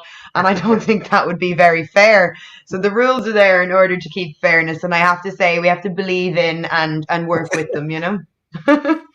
Fair play. I don't know. This has been just immense crack, like tremendous fun. It's not often I'm lost for words. It's your first appearance on the lock-in. Please let it not be the last, because this is just a joy. And honestly, it's a joy. It's a joy. Yeah, it's been a great fun. I'm glad I stayed up. I was like tired watching anime, trying to stay awake, drinking my cup of tea, watching Naruto, being like, this will keep me awake. Ger's holding his eyes open at matchsticks there. No, he's got kids is the problem. Yeah, and tomorrow morning I've hurling, Gaelic football, and then rugby. Are they still going on at level 5? Geez. Oh yeah, absolutely. Little people running around fields is still happening. Yeah, so no matter rain, hail, or shine, they're doing it. But it is. I have to say, it's been for me it's a real pleasure, and Shamim is so articulate about and so knowledgeable about wines, and also she's really passionate about whiskey as well. And it's always a pleasure to just spend time in her company. Barry, you not so much. It's great to see you on the rest, but your company is not as good as Shamim's. So That's fair. Just saying, but I'm really grateful for you, in all seriousness, and asking me to be part of tonight. I've really enjoyed it, and there's such a great family of whiskies as well. Like, it's hard not to have a bit of crack, And we're all craving this. We're craving when we can meet up again and have a bit of fun, and I know. Head down to bar 1661 and get a sneaky fancy dram. Oh yeah. That's it. 100%. Look, when the world opens up again, I've threatened this for quite a while. I'm bringing over a plane full of people to Ireland, and we're going to have a week-long session where sunrise turns into sunset, and we don't know our backside from our elbow, and we'll be delighted with it. But that's a week that we need to have. And look, if all goes to plan, maybe that'll happen in the first half of 2021. But this is in the meantime, this is what we do. We'll come together. We'll have a bit of community, bit of crack, bit of Kjol, bit of lock-in, and drink a few whiskeys. And you have been, both of you have been just, it's incredible. I just can't thank you both enough. I'm privileged to be in both of your presence for tonight and to get your perspective. Seriously, like I'll be grinning for a week. It's just amazing. I really love this. And yeah, it's been lovely to be here as well. Thanks for inviting me. Great to see you, Ger, however, digitally. Lovely to have an old dram or two. We'll have you back again, hopefully. We'll talk about more whiskies. We'll talk about more wines, and we'll drink some more, and we'll have a bit of crack. So listen, I'll let you both go. Shamim and Ger, thanks a million. Seriously, brilliant. Great night. Sláinte to both of you. Amazing, incredible night with two amazing people who've just been so generous with their time, their talents, their intellect, and a few songs there as well, squeezed into the old sipping as well. Fantastic. And just couldn't be, how lucky are we that we have just such nice people who are willing to come on and give us their time and their talent and their knowledge. And it's just brilliant. It's just fantastic. Thanks to all of our audience who've just hung in here. Billy and Dave, thanks to you. The blenders lurking in the background there. Fair play to you. Your time is coming soon. Mark my words. I'll be reaching out to the communications department at Irish Distillers, threatening to try and get Billy and Dave on here for a bit of crack as well in the future, and hopefully we can. But look, these are really challenging times for so many. It's bars, restaurants, hotels closed, many retail businesses closed. Irish whiskey, small Irish whiskey brands are struggling. We need a night like tonight. We need more nights like tonight to come together to learn about Irish whiskey, to connect, to make friendships, to make connections, to build relationships, and to support one another. And look, if you have the ability, I would ask you to support Irish whiskey, to buy a new Irish whiskey, to buy a whiskey from a distillery that's maybe just starting up, to buy a whiskey from a distillery that's established. But if we have the ability, let's support small businesses where we can, bars or restaurants, and there's many that need our help. Wow, it's an incredible night, The spot range of whiskies is what we went deep into tonight. We sampled Blue Spot, we sampled Yellow Spot, and we sampled Red Spot. And honestly, I'm trying to gather all my thoughts. It's been such an avalanche of whiskey and emotion and history and storytelling, and just an amazing night. And I hope you enjoy it.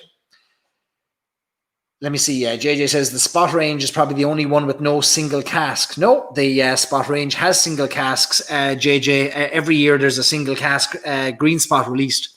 This year it was released by Revolution Bar in Waterford. Last year was the Palace Bar, had a single cask green spot. The year before was Whiskey Exchange and Mitchell and Son. But yes, there are single casks that come out of the spot range, and they are typically green spots.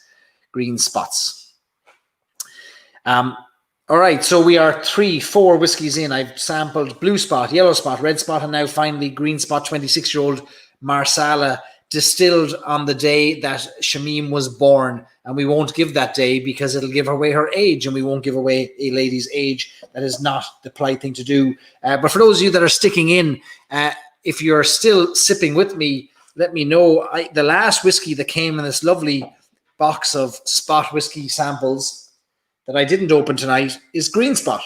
So when I finish this Green Spot 26-year-old, I may take a little sip of the regular Green Spot from the core range for those of you that are still sticking around.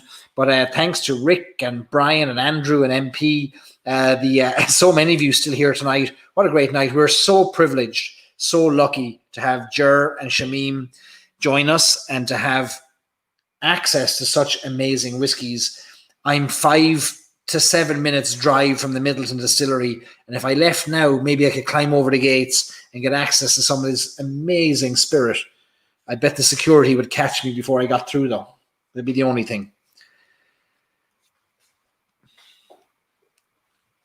All right. So while you're all still here, let me remind you of a few bits of logistics and a few things that are going on. Oh, look, that Stramgood is still here. 3 o'clock in the morning, and my buddy Omar is still here. He's going to have a pour. He's going to pour a green spot too.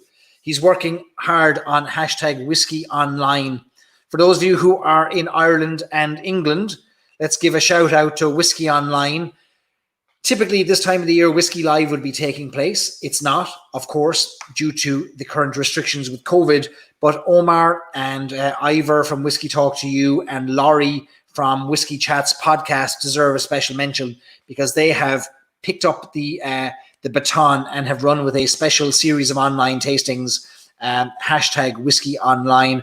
Omar, if you want to share a link in the comments, I'll put it up on the screen, where those of you who are in Ireland and the UK can participate in 4 nights of whiskey tastings and win some spot prizes.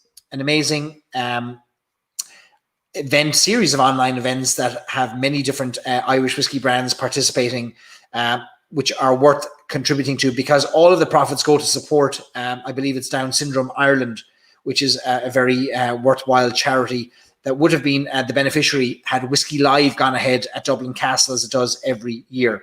So Omar, put the link to your Eventbrite in the comments, and we'll share it on the screen, and we will hero it to make sure people can sign up. I'm going to finish this Green Spot 26-year-old and then move on to the regular Green Spot, because it sounds like there's some of you that have still some drinking to do and some hanging out to do, and I'm happy to hang out and do the same. This Green Spot 26-year-old is an absolute thing of beauty. What is on the screen behind me? Celebrity MasterChef. Honestly, I need an 8-hour fire for the lock-ins that we've got going here. Right, let's see, how do we get this fire going? Play from beginning. There we go. Celebrity MasterChef. Mrs. Stories and Sips have been watching it.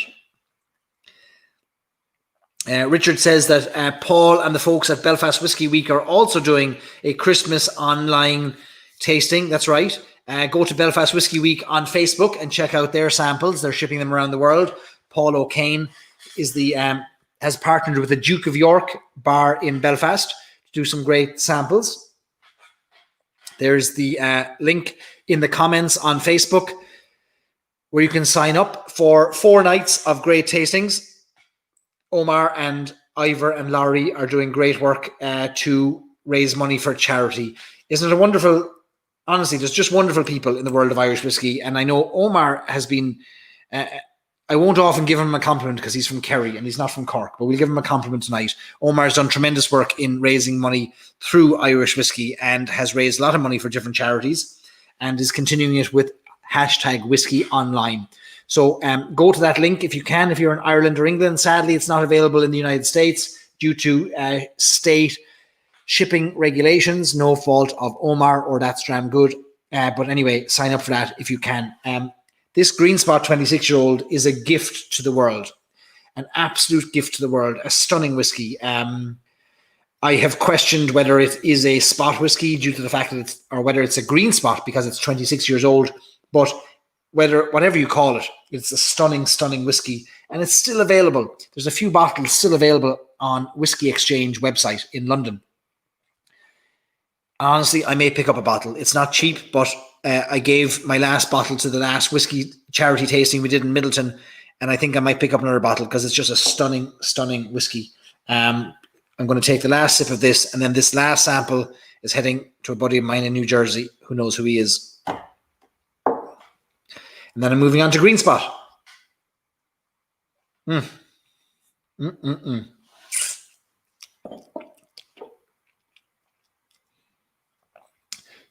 Jean is taking issue with my ridicule of Kerry. No, I think the Kerry people are some of the nicest people on earth. And I could happily live out my days in Kerry. There's no harm in it. Kerry and Cork people have a long a long-standing rivalry, somewhat rooted in sport, somewhat rooted in football, but more rooted in proximity. But Cork and Kerry have a lot in common, and I could happily live my days out in Kerry as well as I could in West Cork. So I'm going to pour my last dram of the night, which is a green spot, regular green spot, not the wine finishes. And for those of you that are still sipping along, feel free to pour a drop-in of green spot in there. What a session we've had tonight. What a session. Honestly, I'm going to watch this back myself tomorrow. Okay. That green spot now is so different to the yellow spot and the red spot and the blue spot. Because on the nose, it is pear. It's in Ireland, we have these boiled sweets, hard sweets called pear drops. And to me, I get pear drops on the nose, a green spot. I get crisp apple, green apple on the nose. It's just a very different whiskey. Now, to me, I've always gravitated towards the yellow spot, but green spot is just a welcome change there now from the three heavily fortified wine contributions. This is lighter, crisper, vibrant on the nose. Take an old sip. You can't beat it. For those of you who have been watching the journey of our own whiskey, the story of which we released 200 bottles with our collaboration with JJ Corrie, those 200 bottles of full-size bottles and our 400 miniatures have arrived in California. You'll be glad to know. I think today they arrived, and we'll be hopefully all going to plan sending out an email to those of you that have pre-registered this week. And the pre-registration links went out a few weeks ago. Many of you signed up. Well, so many of you signed up. We sold out in under 4 hours. The final purchase links will go out this week. And then we're hoping to ship our whiskies by the end of the week, if not early next week. And that will allow us to take a week for the whiskies to get into your hands. And then the goal is that early in December, the first week of December, myself and Louise McGuan from JJ Corrie are going to host a special tasting of The Story, a wonderful blended whiskey with a 50-50 single malt and grain component. We're going to host a tasting online for those of you that have purchased The Story. And I'll be sharing an update of that tomorrow or Sunday in our Irish Whiskey Fans of America Facebook group. But I'm really excited about that. It's been a long time coming. We hoped to have had it in your hands sooner, but we never can tell with customs and shipping and getting things through the various agencies at the border. But it spent the last 10 days on a train going from New Jersey, the port of New Jersey, all the way over to Long Beach in California. And it's going to be picked up there tomorrow. And then The Story will be available. So that's the good news. The Story will be available very, very soon. So we'll have an event early in December for that. So stay tuned in the Irish Whiskey Fans of America Facebook group and keep an eye on your emails. We'll be sending out notes on that. All right, let me see. Where are we with the comments? Peter is drinking Green Spot. What's my thoughts? Look, I've said before, I'm more in favor of the yellow spot than the green spot. But coming back to the green spot, it's hard not to have a kind of a smile at its flavor profile on the nose. There's a wonderful, light, vibrant crispiness on the nose that is just unmistakable. And again, I just maintain, for me, Green Spot is a summer whiskey. It's the whiskey equivalent of a pint glass of Bulmers. It's just a wonderful, light, crispy whiskey for me. Brian has moved on to the Dingle single pot still. Pot still number 4. Good man, Brian. Curious to get your thoughts on that. And he also said that, for the record, he did not derail the train in Ohio to get hold of The Story. Good man. Good man yourself. Tony has a good friend in Kentucky that her grandmother is from Cork. You're in good company there, Tony. The best things come out of Cork, including the spot whiskies. Let me see. What else have we got? Tom is putting the Blue Spot on his Christmas wish list. And Tony asks if the, let me see, can the story be shipped to him in Ohio. Tony, if you've already registered for the story, you'll get an email and you can choose where to ship it. We can't ship into Ohio. It's one of 3 states we can't ship into, and that's only because of the state regulations. But what you can do is have it shipped to Florida. So if you've already pre-registered, when you do make the official purchase, you'll be able to determine where you want it shipped to, whether it's Florida or Kentucky or anywhere else. So look, we're getting close to the end of our lock-in. We've had one amazing session. Ger is still in the background hanging out there. He's getting close to his Christmas tree. I think we should bring, he doesn't know it here. We're going to bring Ger back in. He's still there. Are you hugging a Christmas tree? The lights have gone out. I'm trying to figure out what they're going out. You have a much bigger Christmas tree than that, though. Show us the big one. The big Christmas tree. Give us the big one. Here we go. We're getting a tour of Ger's house here. Look at this. Oh, that's a Christmas tree right there. Coming. Holidays are coming. Ger, you're the first person I know that has a Christmas tree up. Is that just, why are you starting so early? It's just generally, it's been so disappointing. That's how I call it. So really, it was just like Halloween's over. I used to work in a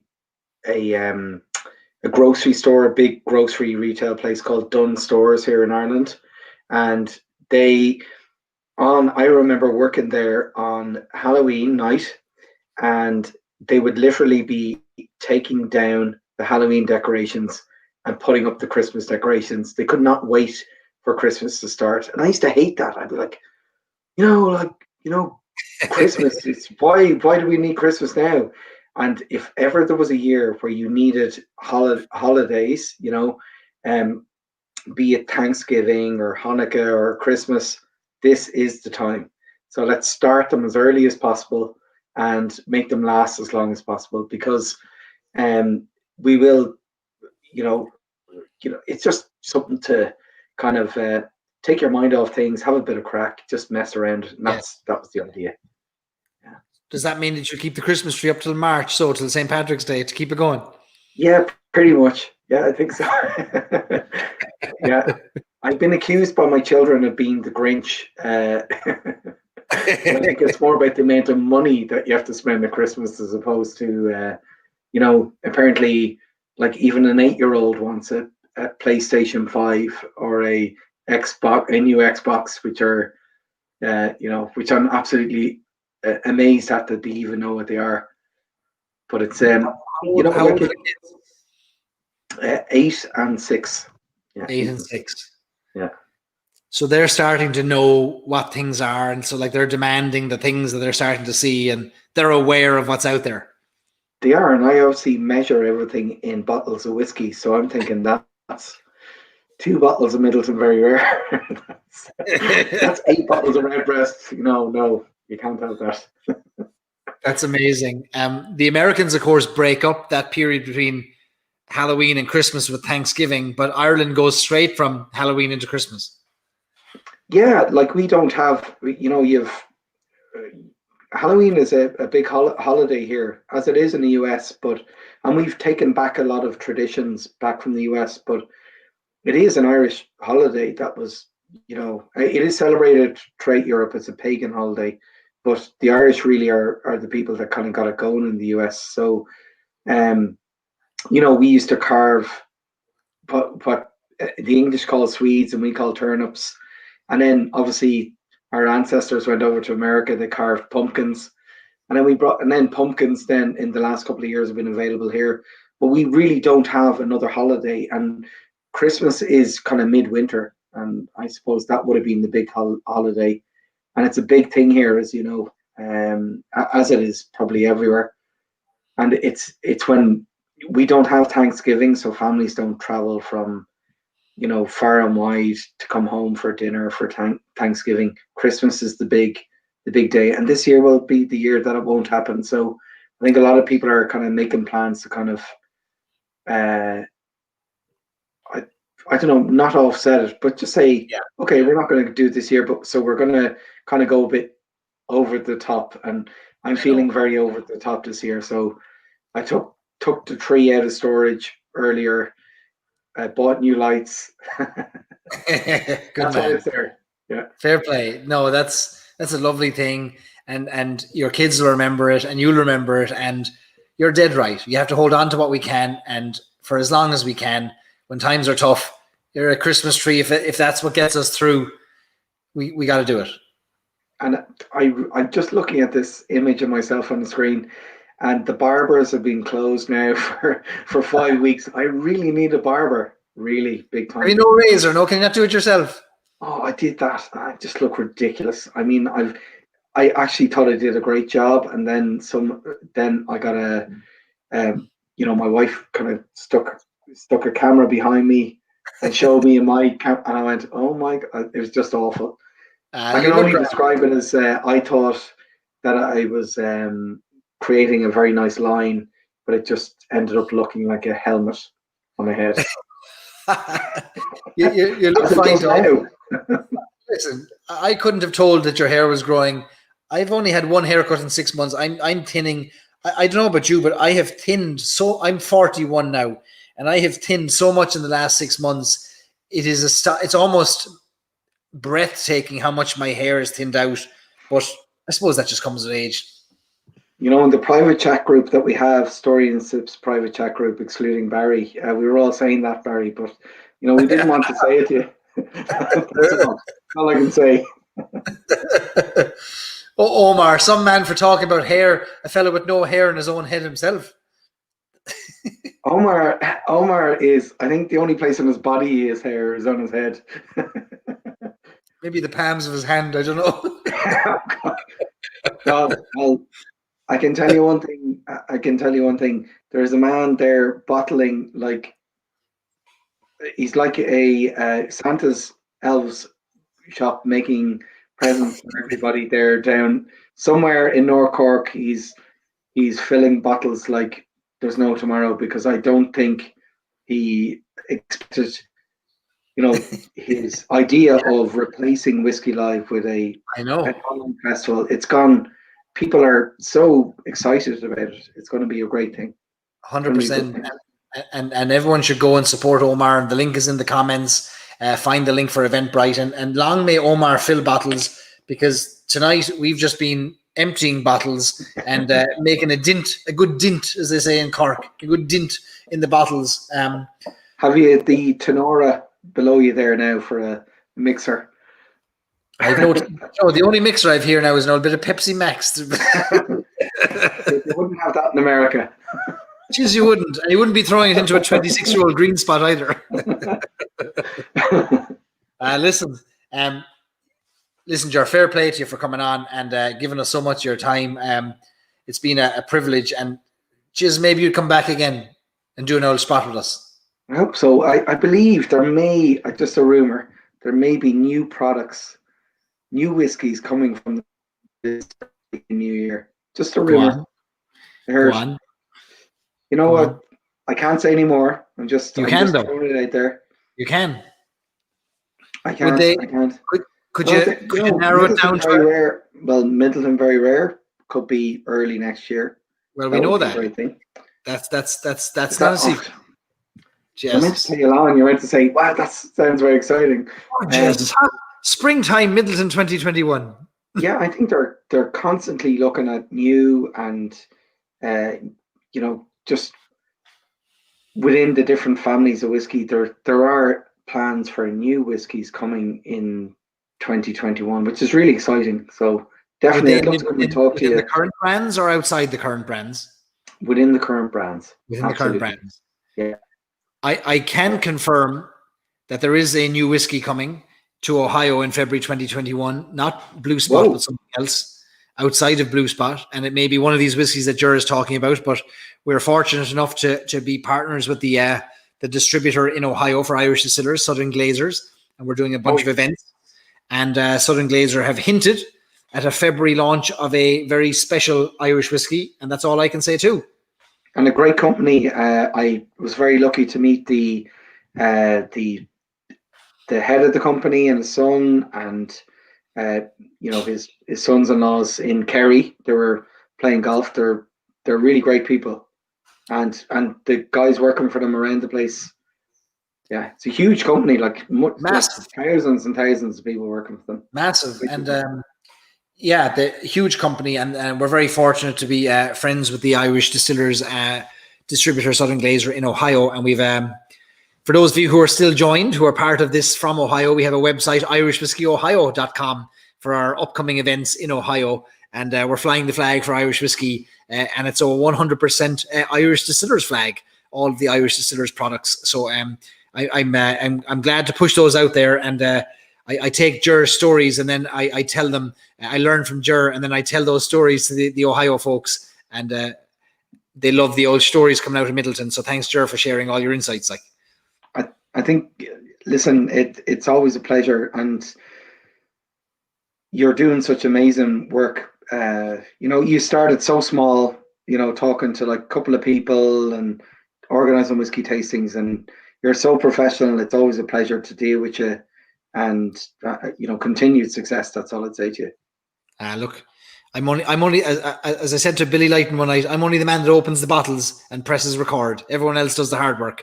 But it's people like you, Ger, and guests that come on and give us their insights. I learn from every single time, and there hasn't been an event I've gone to that you've been part of, Ger, that I haven't left learning something and having a new nugget of information and something that just excites me about Irish whiskey. So thanks for all your inspiration as well. And cheers, we had a good old night tonight. Thanks for coming on. And Shamim is such a brilliant lady, and I really just I'm just so excited that there are people like Shamim, and like you meet so many people through this job that are you don't expect people to have the same level of passion as you do about it. And then when you do meet people like yourself, Barry, and obviously Shamim, and I know we constantly slag off Omar because he deserves it, really, being from Kerry and all that sort of stuff. But people like that who are really passionate, and they are, it's just a great community. It's all good, and I'm just so glad to even be able to be part of this. So thank you, Barry. Ger, you're a gent, and we'll have a drink together, maybe in Castlemartyr sometime soon, hopefully. It's lovely. Slán to Ger. Have a nice sleep, and it's tomorrow. See you. Bye. Cheers, Ger. It's a million. Amazing. We're heading for the world record of the longest lock-in ever, and for good reason, because we've had the most amazing insights and just great input and contribution from our amazing guests. And I'm just, again, I can't overemphasize enough, I do nothing but press record and bring in amazing guests, and the amazing guests are the ones that make this just so engaging. And I've always said it, like, if nobody turned up here on a Friday night, I'd still be here just listening to the amazing stories. So thanks to Ger, thanks to Shamim, thanks to all of you for hanging in here so late. It is 3:10 on a Saturday morning in Ireland. For those of you in California, you're lucky. It's very early. For those of you in Ohio, it's only about 10 o'clock at night. But for the rest of us in Ireland, it's time for bed. Did I just pop another cork? Jeez, you know what I did? I'm now subconsciously pouring myself whiskies. I just poured another little drop of green spot there. Chris Connor was the man that recognized the pop of the cork. Yeah. Andrew says, you can't close without another owl song. Didn't I sing a song earlier there when Ger and Shamim gave their tunes? You can't be looking for another owl tune at this time of the night. Wouldn't we wake the whole house? All right, listen. We might give one last bar of the owl triangle to sing us out. But I have a little nightcap. I have a little drop of green spot. I've worked my way through the bottles, and I've made a good dint in all of these bottles. But I really do want to thank you all for joining me every Friday night. It is my absolute joy, highlight of my week that I get to do this on a Friday night. When times are tough, when we're locked down and we're locked in, and we don't have our social circles and our networks that we had before, we rely on other means to meet and to connect. And for me, it's the lock-in. And it's just something I look forward to every Friday night. My fire is out, as many of you have recognized. It's gone through 3 cycles of hour-long runs. And look, it's been great. We're not stopping the lock-ins. The lock-ins will continue, but we're getting going. We're ending our night tonight, 3:10 in the morning. Woo, what a session. Amazing. Thanks you all for participating. One last bar of the Owl Triangle to see us out. But here's my ask of all of you. If you haven't already done so, would you please do me the absolute honor of pressing share and sharing this live stream with those of you who follow you on your Facebook profile, in Facebook groups. If you copy the link on your of this on YouTube, you can copy it and paste it in Twitter and Facebook and share it. We need more people to understand what Irish whiskey is all about. I'm not the only one for whom the lock-in has managed to get us through these tough times. Are there more people out there who could do with connection, community, a drop of whiskey, a story, a song that might just lift them up on a Friday night? Share the lock-in. Press share, press like, comment on it. It's a bit like the old the PBS, NPR pledge drives. I'm not looking for money. I'm just asking you to press share. That's all we ask. That Stramgood has poured 490 samples of whiskey.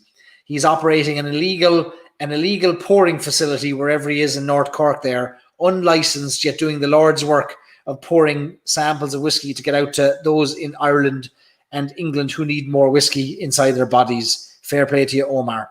But I will sing us out with the last verse of the Owl Triangle, and then I'll say goodnight to you, and I'll see you back here again next week. So sláinte to everybody. Thanks for joining me.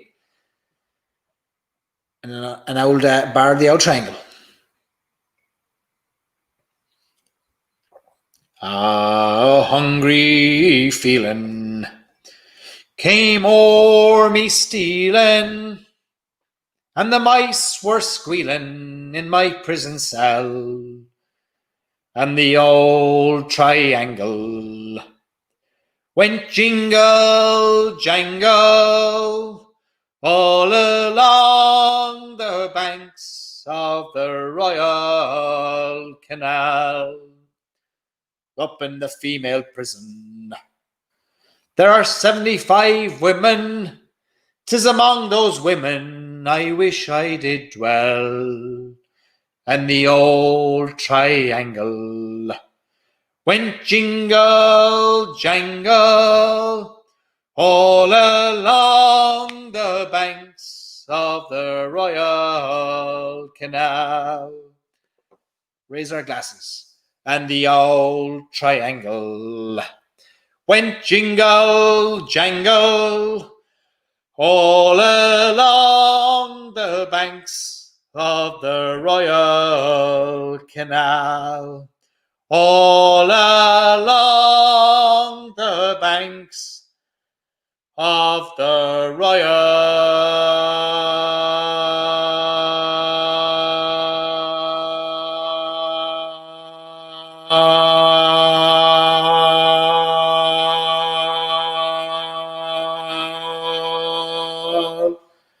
Canal. You! Sláinte. Thanks for joining me. Thanks for a great lock-in. Back same time next Friday, 4 p.m. Pacific, 7 p.m. Eastern, midnight Irish time. We'll have another lock-in next Friday night. Thank you so much for your company, your kindness, and for hanging in there. Sláinte.